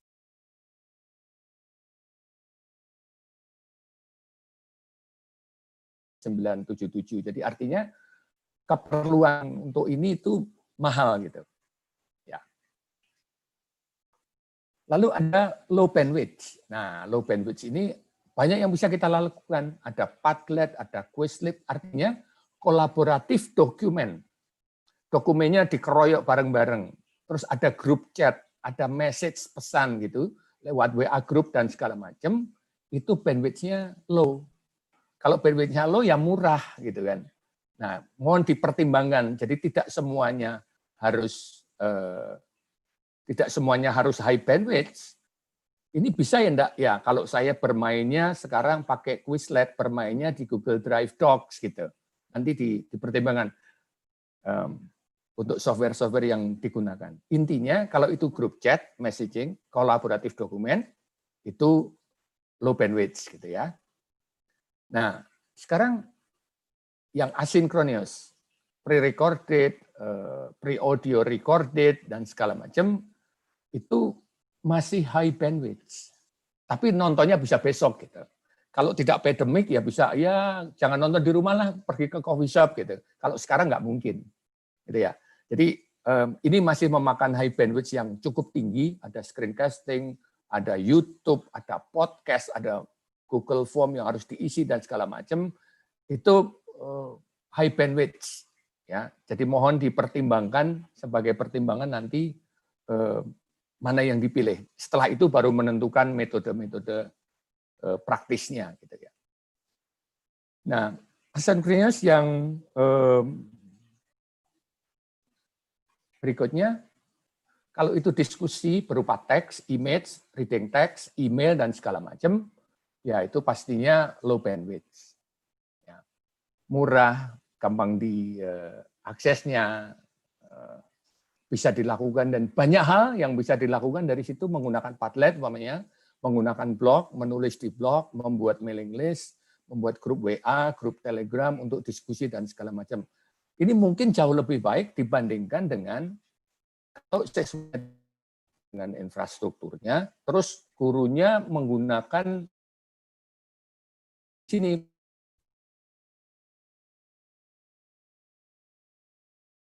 gitu. Ya, jadi nanti mohon dipikirkan yang low bandwidth dan low immediacy menjadi sangat berharga dan berarti sangat bisa kalau perencanaannya benar gitu. Nah, jadi kira-kira ini ringkasan yang saya sampaikan. Kalau bermain-main dengan video di sini, audio atau video conference, ini zona merah, mahal. Yang di sini kuning, pre-recorded, mahal sih, tapi bisa dilakukan kapan-kapan gitu. Kalau di sini putus ya enggak apa-apa, terus beli kuota lagi nyambung gitu. Di sini putus, beli kuota nyambung, meetingnya selesai ya ketinggalan gitu. Ya. Terus yang bagus sebetulnya kolaboratif dokumen di sini, grup chat dan segala macam di area ini masih sangat mungkin dilakukan. Dan itu memerlukan bandwidth yang low, yang tidak mahal gitu. 3G masih bisa ngejar di sini. Di sini kalau nggak 4G nggak kekejar. Ya. Discussion board, email, reading text, ini bisa juga dikombinasikan reading text-nya di sini, lalu bikin grup chat di sini. Ayo dibaca di rumah, mari kita diskusikan di sini. Jadi tantangan-tantangan itu yang perlu dilakukan. Gitu ya, saya tidak akan sempat untuk memberikan contoh. Ada banyak contoh di luar sana di email, tapi keputusan-keputusan itu yang harus diambil oleh pemimpin saat ini yang memimpin institusi sekolah. Itu pesan saya untuk para kepala sekolah dan juga Romo dan Suster yang mengelola sekolah, interaksi. Harus dipikirkan interaksi yang terbaik untuk saat ini ke anak-anak saya apa ya? Mungkin sapaan dari suster, mungkin sapaan dari kepala sekolah di WA group, itu perlu. Gitu. Memberikan motivasi, perlu diskusi dengan guru-guru. Kalau ngasih motivasi anak-anak, gimana sih kalau real? Sekarang kalau kita mau lewat WA,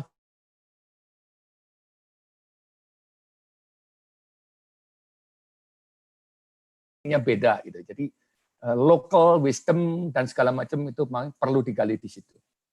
Memberi tugas ini juga harus hati-hati. Artinya tugas seperti apa sih? Core-nya apa gitu. Kita harus memikir juga bahwa orang tuanya baru di PHK, anaknya dikasih tugas numpuk, yang gitu-gitu tuh perlu dipertimbangkan.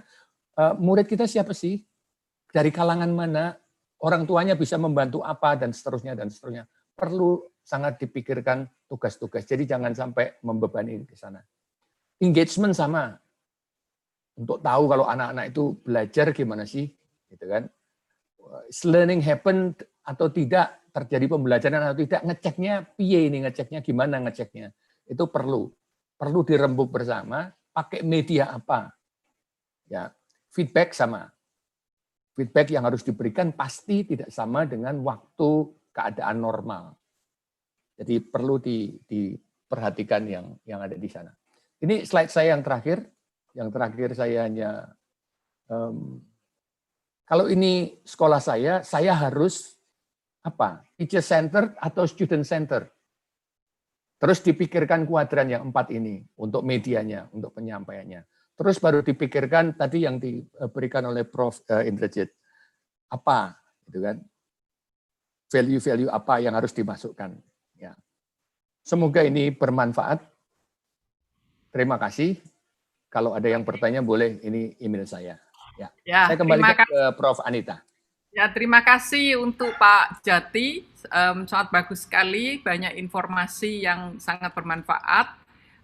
Prof. Eko dan Pak Jati sudah saling melengkapi, luar biasa tadi.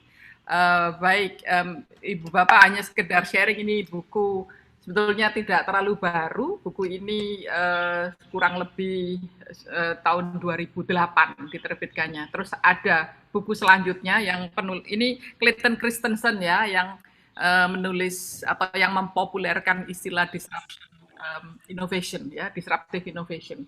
Kemudian Horn dan Staker, salah satu co-authornya itu menulis blended learning. Silakan Ibu Bapak yang berminat untuk membaca sendiri juga buku itu. Baik, kita buka sesi tanya jawab ya. Ada 3 dari Zoom dan ada 3 dari YouTube. Oke, saya akan bacakan yang pertama dari Pak Eko Hadi, Santo Yakobus, Kelapa Gading, Jakarta. Situasi new PJJ ini nanti yang akan datang itu berbeda ya dengan PJJ yang sudah terjadi 2,5 bulan yang barusan kita lalui ini. Karena di awal mungkin ada ekspektasi yang tinggi, tapi ternyata PJJ tidak seindah ekspektasi di awal. Ada rasa bosan, terus rasa cemas juga atas realitas orang tua terkait finansial dan juga anak terkait dengan kesesakan di rumah ya karena terisolasi, ini ada efek-efek itu. Nah, melihat situasi tersebut, prinsip rasional apa yang harus kami perhatikan di sekolah dalam mengambil keputusan agar pada masa new PJJ nanti semua pihak bisa berdamai dengan dinamika yang terjadi dan siap melaksanakan PJJ tersebut. Itu dulu pertanyaan pertama. Sementara ada pertanyaan dari Pak Andi Iwanisanto mengenai keterbatasan akses internet di luar daerah atau di daerah terpencil. Saya kira itu sudah terjawab oleh pemaparan Pak Jati tadi ya. Baik, silakan pertanyaan yang pertama, Prof. Eko dahulu, silakan menjawab. Ya, terima kasih Pak Eko Hadi di Kelapa Gading atas pertanyaannya. Yang kami masukkan dengan rasional adalah kan kita sebenarnya sudah punya capaian pembelajaran yang dalam keadaan normal dimiliki oleh sekolah itu ya. Kita tidak perlu membuat baru ya, dari semua target-target yang ada di sekolah itu dalam kondisi normal itu kita lihat bersama. Ya, mana yang mungkin bisa di-deliver dalam situasi seperti ini dan mana yang tidak mungkin bisa di-deliver karena lebih akan menghasilkan hal yang lebih tidak baik daripada yang baik. Nah, itu memang harus duduk bersama. Kadang-kadang begini, Prof. Anita, misalnya ya, kalau saya tanya, mata pelajaran mana yang penting? Oh, semua guru akan bilang, wah penting semua, pasti penting semua. Akhirnya nggak ada yang mau ngalah gitu istilahnya. Semua dikasih apa adanya. Tapi terbalik kalau saya memberikan begini, Bapak-bapak, Ibu-ibu, kalau dalam kondisi pandemi ini, saya hanya akan memberikan 3 atau 4 mata ajar aja, kira-kira mata ajar apa yang akan kita pilih? Nah, kalau begitu biasanya terjadi diskusi, terjadi diskursus, ya terjadi perdebatan dan lain sebagainya. Nah, dari situ oke, kalau begitu 3 atau 4 ini saja kita konsentrasi, semua guru-guru membantu untuk bisa mencapai pembelajaran itu dengan sebaik-baiknya. Jadi rasional itu adalah dari yang ideal, diseleksi mana yang menurut Bapak Ibu dengan kondisi yang ada, itu bisa dicapai. Ada lagi yang mengatakan rasional apa? Tahu dari mana itu rasional apa tidak? Harus ada perbandingan antara ekspektasi dengan kemampuan. Ya, tadi kan dikatakan, kalau tujuan pembelajarannya seperti ini, maka model pembelajarannya harus seperti ini. Nah, kalau model pembelajaran harus seperti ini, artinya guru-guru harus punya ini, harus punya ini, harus punya ini, harus punya ini. Siswanya harus begini, harus begini, harus begini, harus begini. Nah, kita bahas, taruh di depan. Kita simulasikan.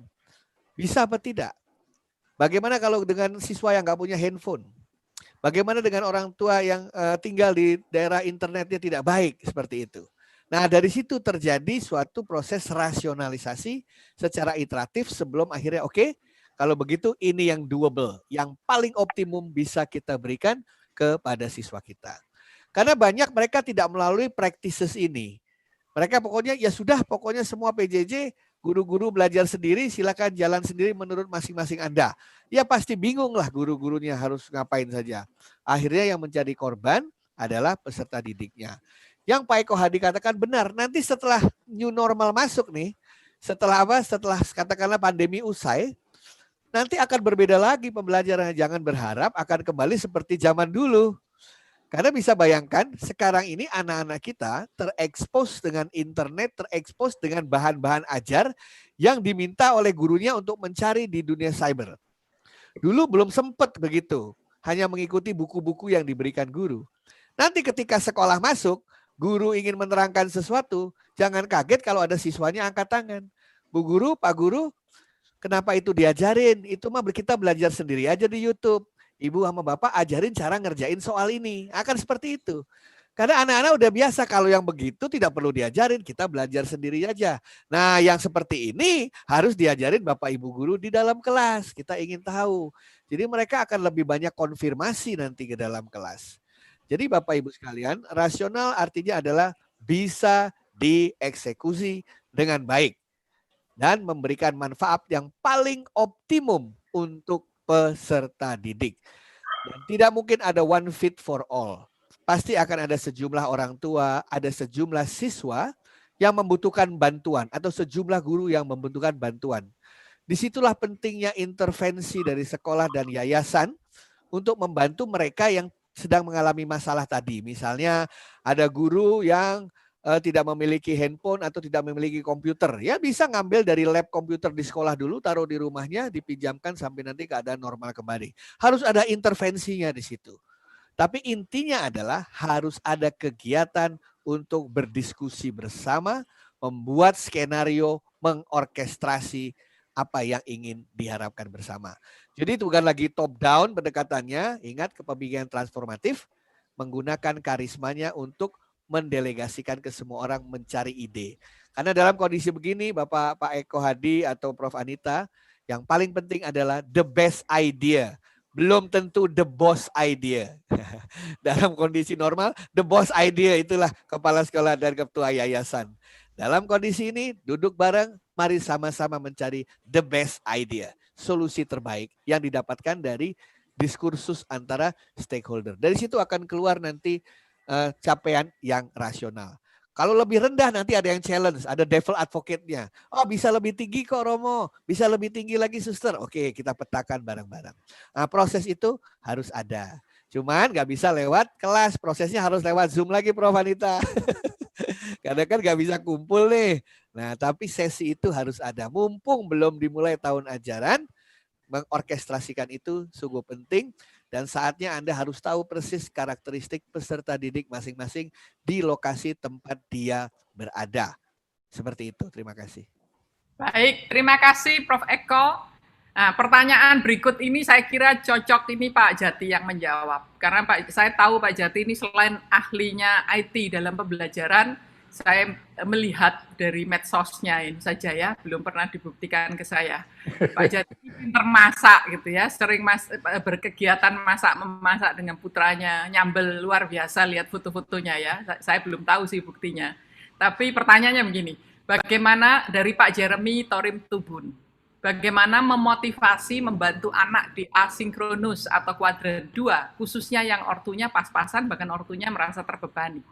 Apakah dengan kegiatan-kegiatan yang biasanya Pak Jati lakukan itu juga bagian dari memotivasi anak? Silakan Pak Jati. Pertanyaannya terima kasih untuk Pak Jeremy.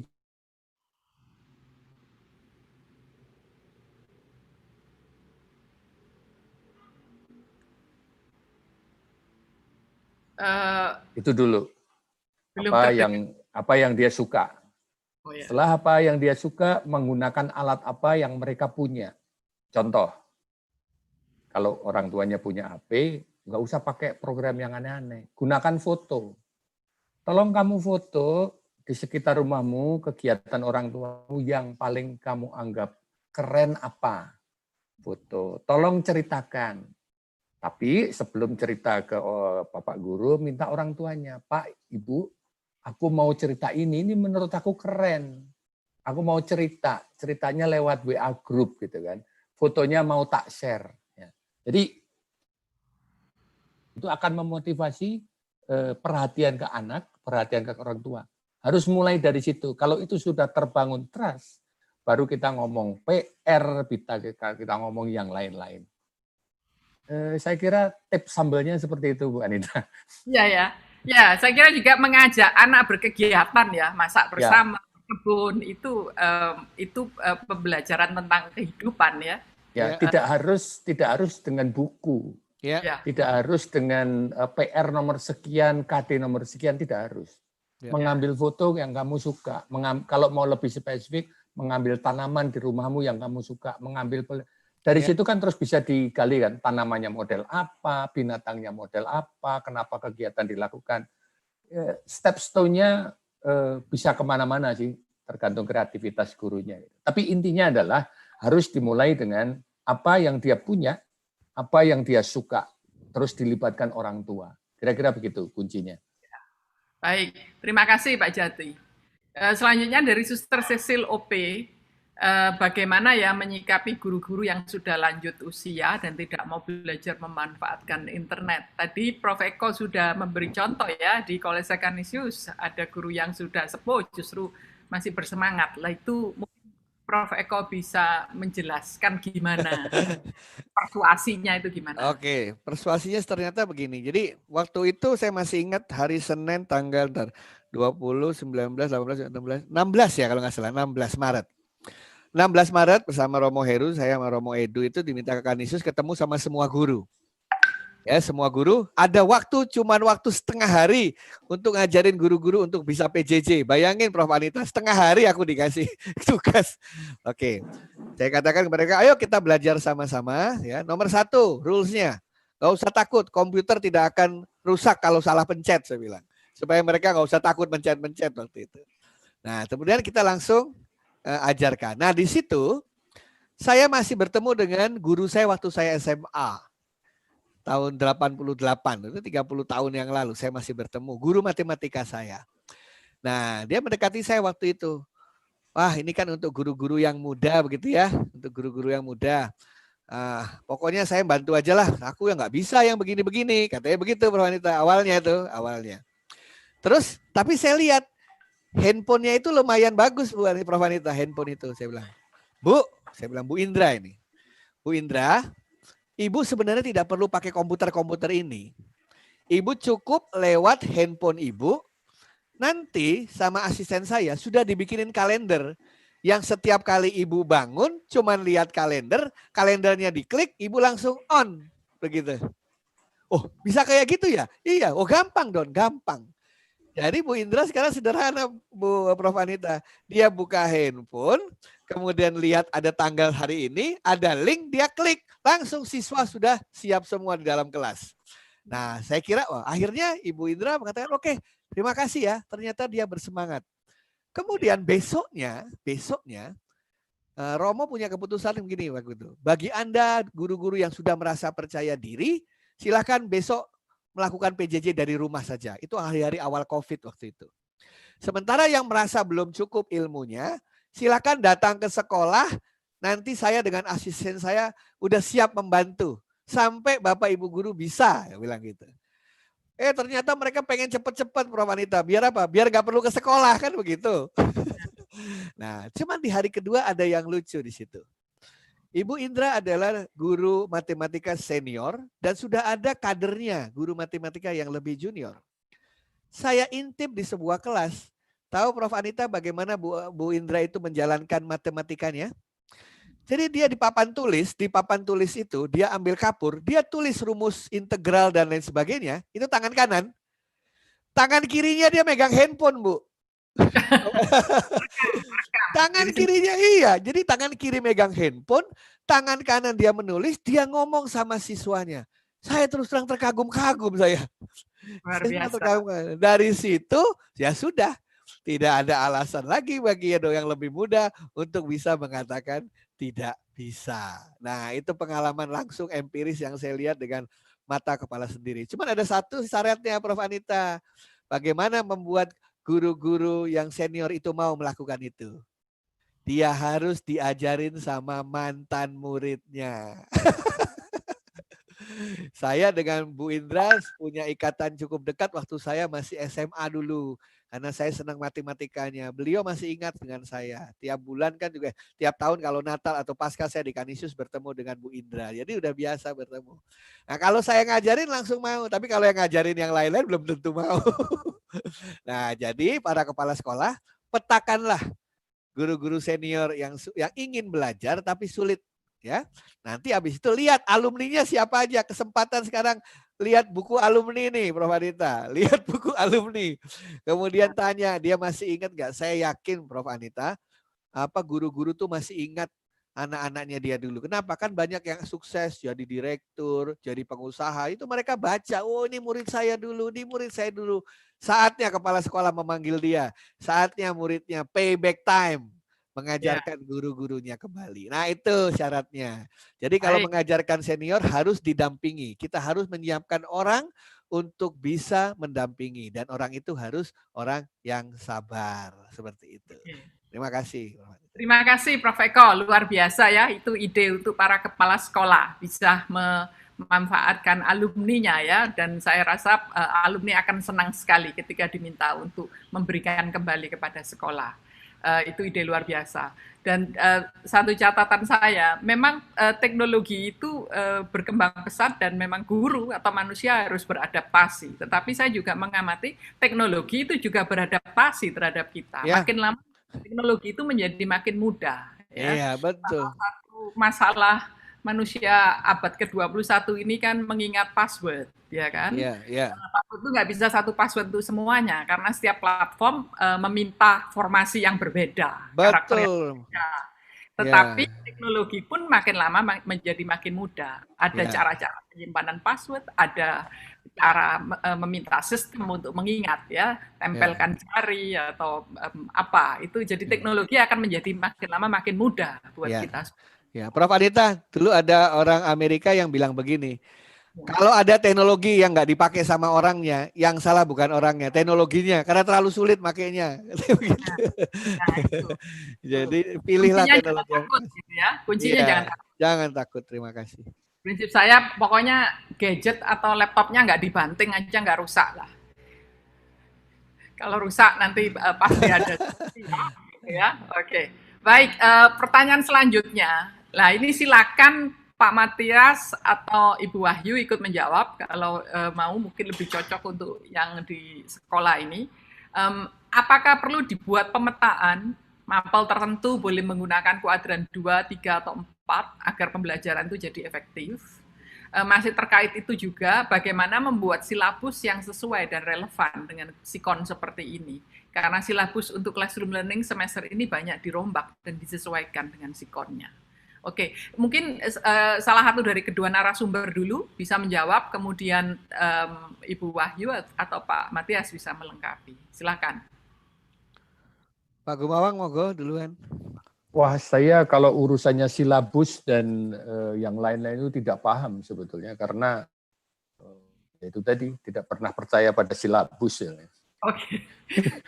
Begini, kalau saya justru malah mau mengajari nakal, harus keluar dari comfort zone. Silabus itu dibikin sebelum keadaannya seperti sekarang, gitu kan.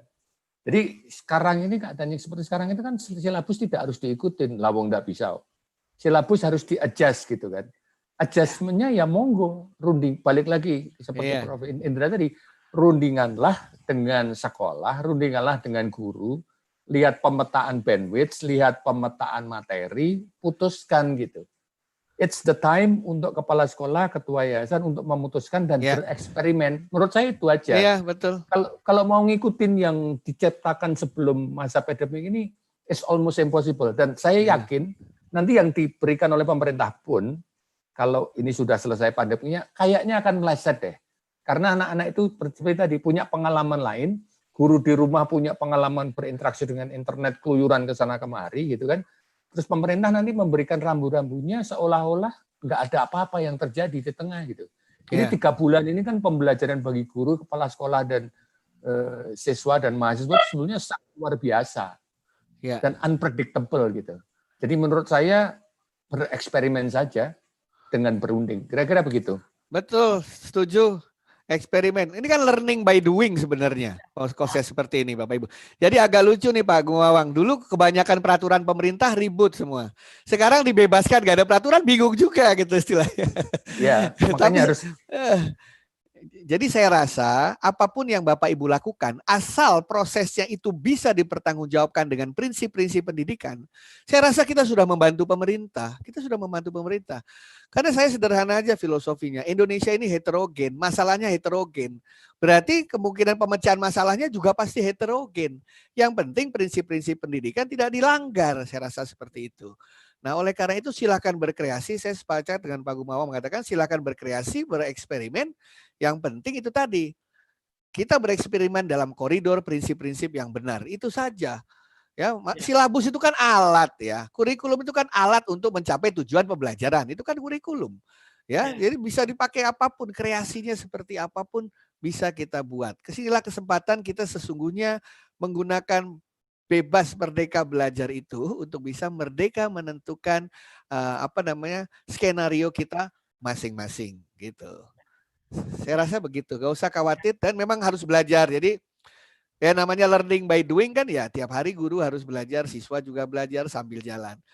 Prof Anita, jangan salah Prof Anita. Hari pertama itu banyak yang guru-guru pakai Zoom itu dikerjain sama siswanya, dibully sama siswanya banyak. Gurunya ngomong dimatiin mikrofonnya. Jadi gurunya kira semua pada dengerin, padahal enggak gitu istilahnya. Tapi lama-lama gurunya mulai tahu, akhirnya apa? Ajarin saya jadi host dong, saya bisa. Nah, terus mulai diajarin gimana caranya supaya anak-anak lebih engage gitu ya. Nah sambil belajar lama-lama hebat kok. Saya setelah proses itu berjalan 1 bulan, saya malah dapat banyak sekali kiat-kiat baru dari guru-guru yang menjalankannya. Nah, oleh karena itu saatnya guru-guru ini saling men-share sebenarnya apa yang mereka lakukan gitu ya, sharing pengalaman, sharing ide gitu ya, dan sharing gagasan dan lain sebagainya. Nah, saya rasa itu benar, bereksperimen saja. Selagi Anda bereksperimen dengan niat yang baik, dengan arahan yang baik, tidak akan pernah melanggar hukum, apalagi akan dimarahin, tidak. Terima kasih. Baik, untuk yang Ibu Bapak Guru di forum ini, saya sering kali kadang-kadang saya menggunakan breakout room ya di Zoom ini. Itu luar biasa, ada sensasi tersendiri begitulah, membagi kelas itu dalam kelompok tetapi virtual. Di mana guru bisa masuk ke masing-masing grup itu di breakout room. Bisa dicari sendiri, ada instruksinya di YouTube ya. Buat saya itu juga pelajaran baru, saya juga baru belajar baru 1-2 bulan yang lalu gitu. Jadi itu bagus sekali, bisa dicoba.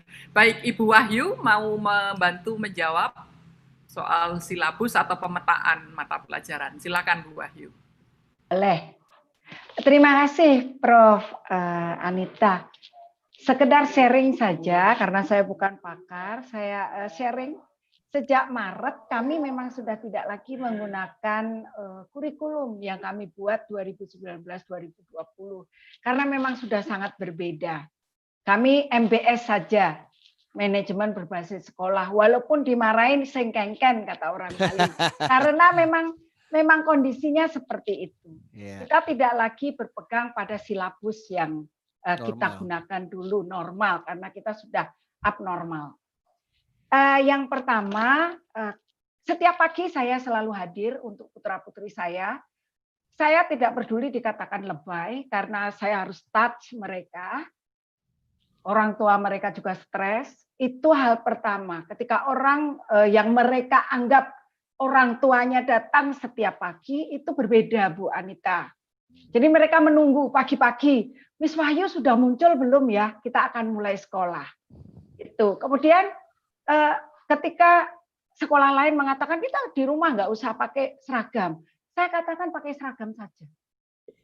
Karena anak-anak lebih bergairah untuk itu. Nggak apa-apa mereka mau pakai seragam, biarkan saja. Kami ditegur ora popo sing kengken, saya bilang.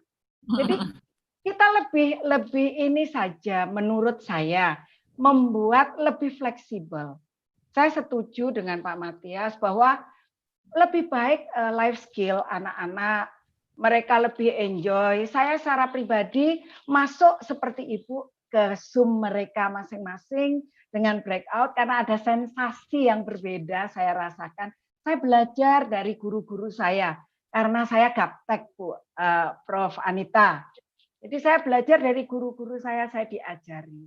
Kemudian ya sudah, apa yang bisa kita lakukan, kita lakukan. Membantu orang tua meminimalisir rasa stres mereka itu sangat luar biasa di saat sekarang.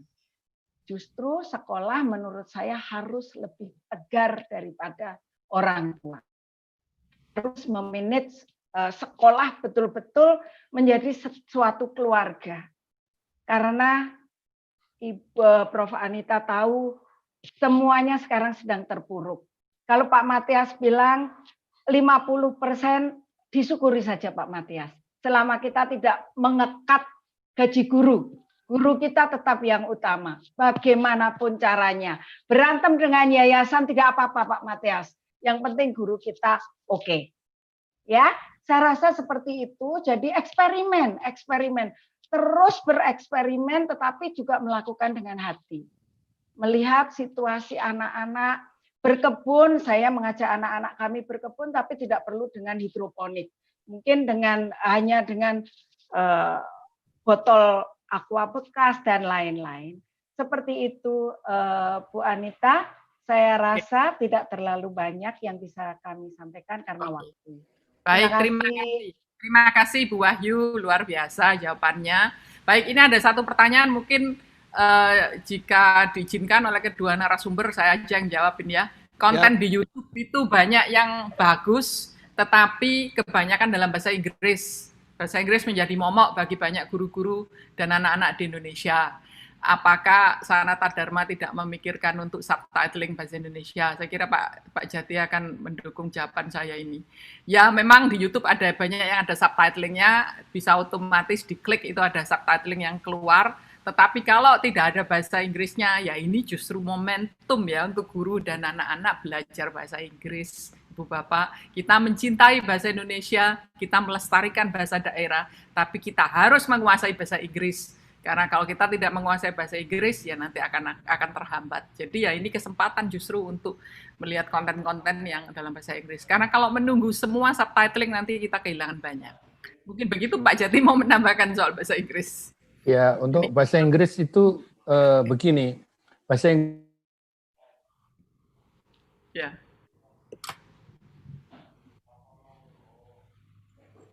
Di dunia internasional.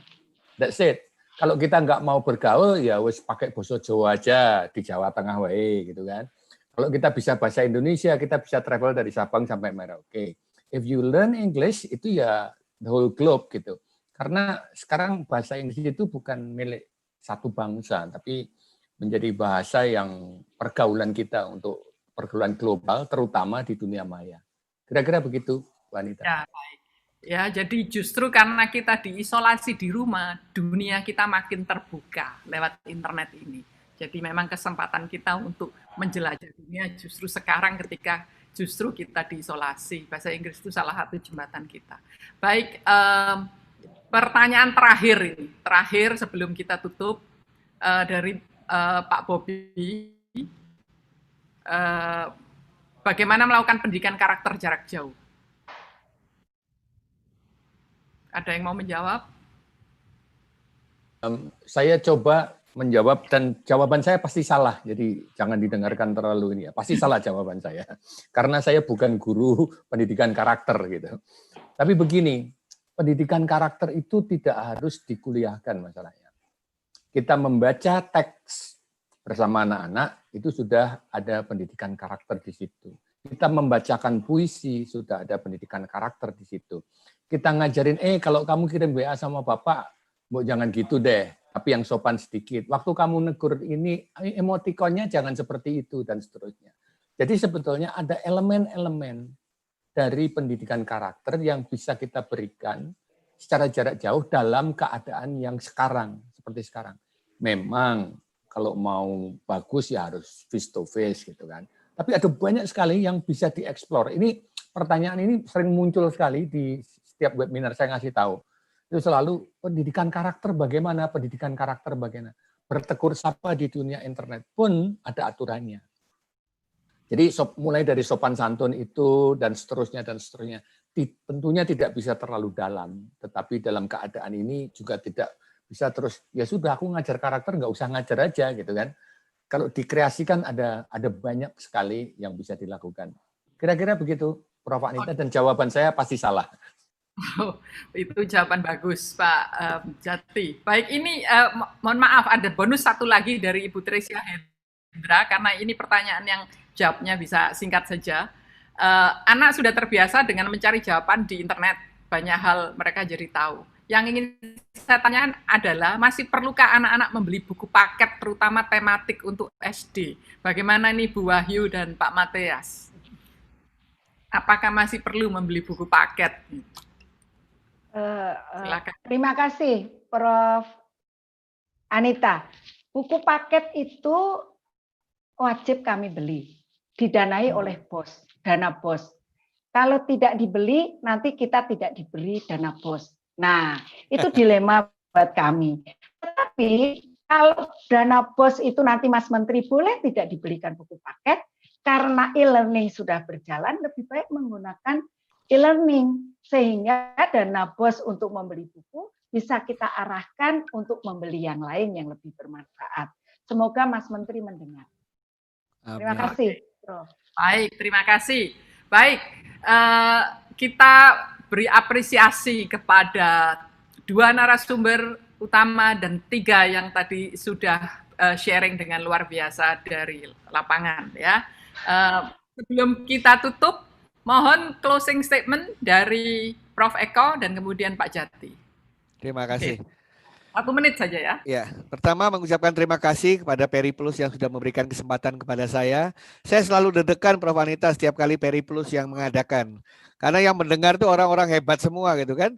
Nah, ini tiba-tiba saya lagi gini dapat WA dari Romo Wiryono, dari om saya, dari ayah saya, itu lebih susah daripada disertasi itu. Tapi intinya begini, dalam kondisi seperti sekarang ini, lebih baik setengah-setengah benar daripada benar-benar salah, istilahnya begitu. Setengah-setengah benar tuh maksudnya lakukan sesuatu, belajar dari situ, segera perbaiki. Kalau benar-benar salah tuh artinya apa? Nggak ngapa-ngapain, itu benar-benar salah istilahnya. Jadi tidak usah khawatir Bapak Ibu sekalian, kesalahan itu adalah bagian dari belajar. Pokoknya berikan yang terbaik untuk anak-anak kita. Ada pepatah mengatakan, jangan berpikir berapa kali kita jatuh atau berbuat kesalahan, tapi kita berpikir berapa kali kita berhasil bangun dari kesalahan itu untuk membuat sesuatu menjadi lebih baik. Dan saya yakin Bapak-bapak, Ibu-ibu nanti akan bisa menciptakan berbagai jenis model pembelajaran yang inovatif, ya, yang bisa menjadi good practices bagi sekolah-sekolah yang lain. Ingat, ini seluruh dunia mengalami hal yang sama, kita semua sama-sama belajar. Dan dengan sama-sama belajar itu, maka kita yakin bahwa kita pasti akan bisa memberikan yang terbaik bagi para peserta didik. Ingat bahwa kunci fokus pembelajaran adalah pada learners, pada peserta didik. Kita adalah tangan-tangan Tuhan yang dipakai untuk membuat agar peserta didik kita menjadi manusia yang luar biasa. Terima kasih. Terima kasih, Pak Jati. Terima kasih. Kalau saya, apa ya, begini saja, kita bereksperimen bersama, gunakan otoritas yang kita miliki sebagai kepala sekolah, sebagai guru, sebagai dosen, sebagai yayasan, dan segala macam. Gunakan otoritas kita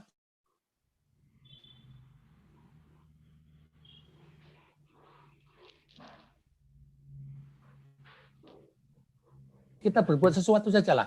Terus direfleksikan kalau ada yang salah kita betulin dan seterusnya. Tapi intinya kita harus berkolaborasi dalam keadaan yang seperti ini. Gunakan otoritas dan jangan menunggu. Saya tadi bagus dari Ibu Tias Wahyu itu yang kalau yayasan mau ngomong apa ya enggak apa-apa, terserah, aku percaya aku gini gitu. Jadi gunakan otoritas itu untuk bereksperimen dan mau berefleksi. Kira-kira itu, Prof. Anita. Terima kasih. Baik. Terima kasih Prof. Eko, Pak Jati, Bu Wahyu, Pak Matias, dan Pastor Agus. Sebelum saya lupa, di bagian chat box di kanan itu ada survei. Mohon semuanya mengisi survei itu ya, untuk evaluasi kita pada acara hari ini. Sebagai penutup, tema Hari Komunikasi Sedunia yang diungkapkan oleh Paus Fransiskus, hidup menjadi cerita. Saya kira kita ini dalam momen sejarah di dunia, seluruh dunia, tetapi kita memaknainya di sektor pendidikan, ini akan menjadi rangkaian cerita yang luar biasa.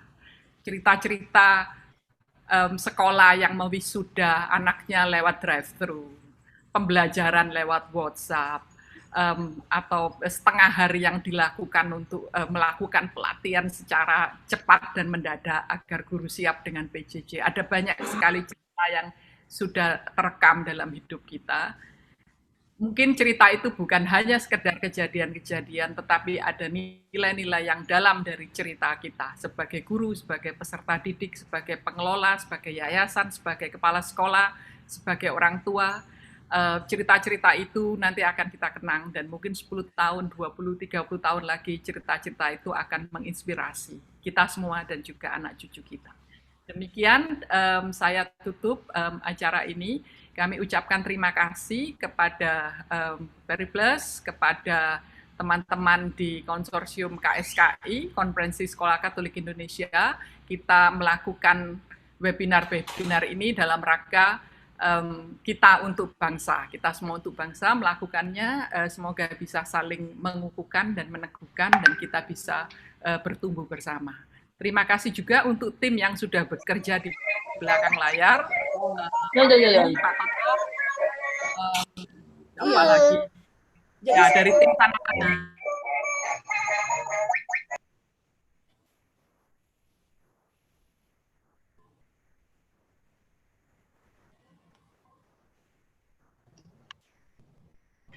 Muncul videonya supaya bisa difoto. Tuti juga belum.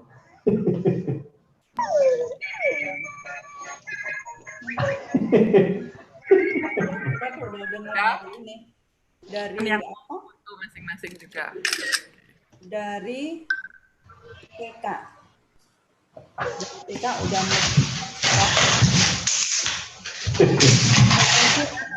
TK Pondok Indah ada 1.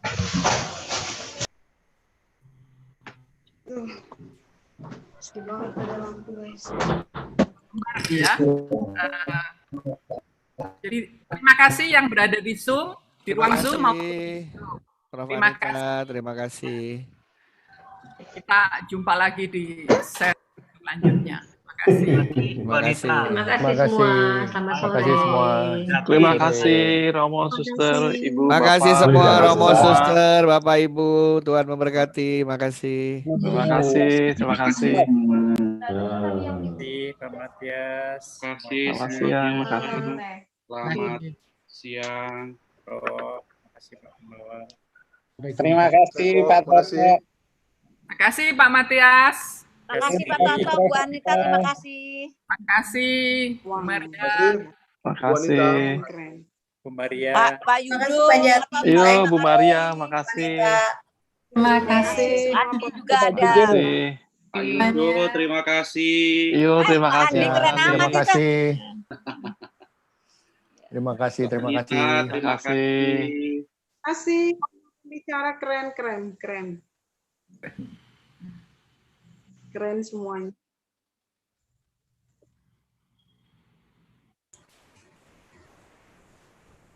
Terima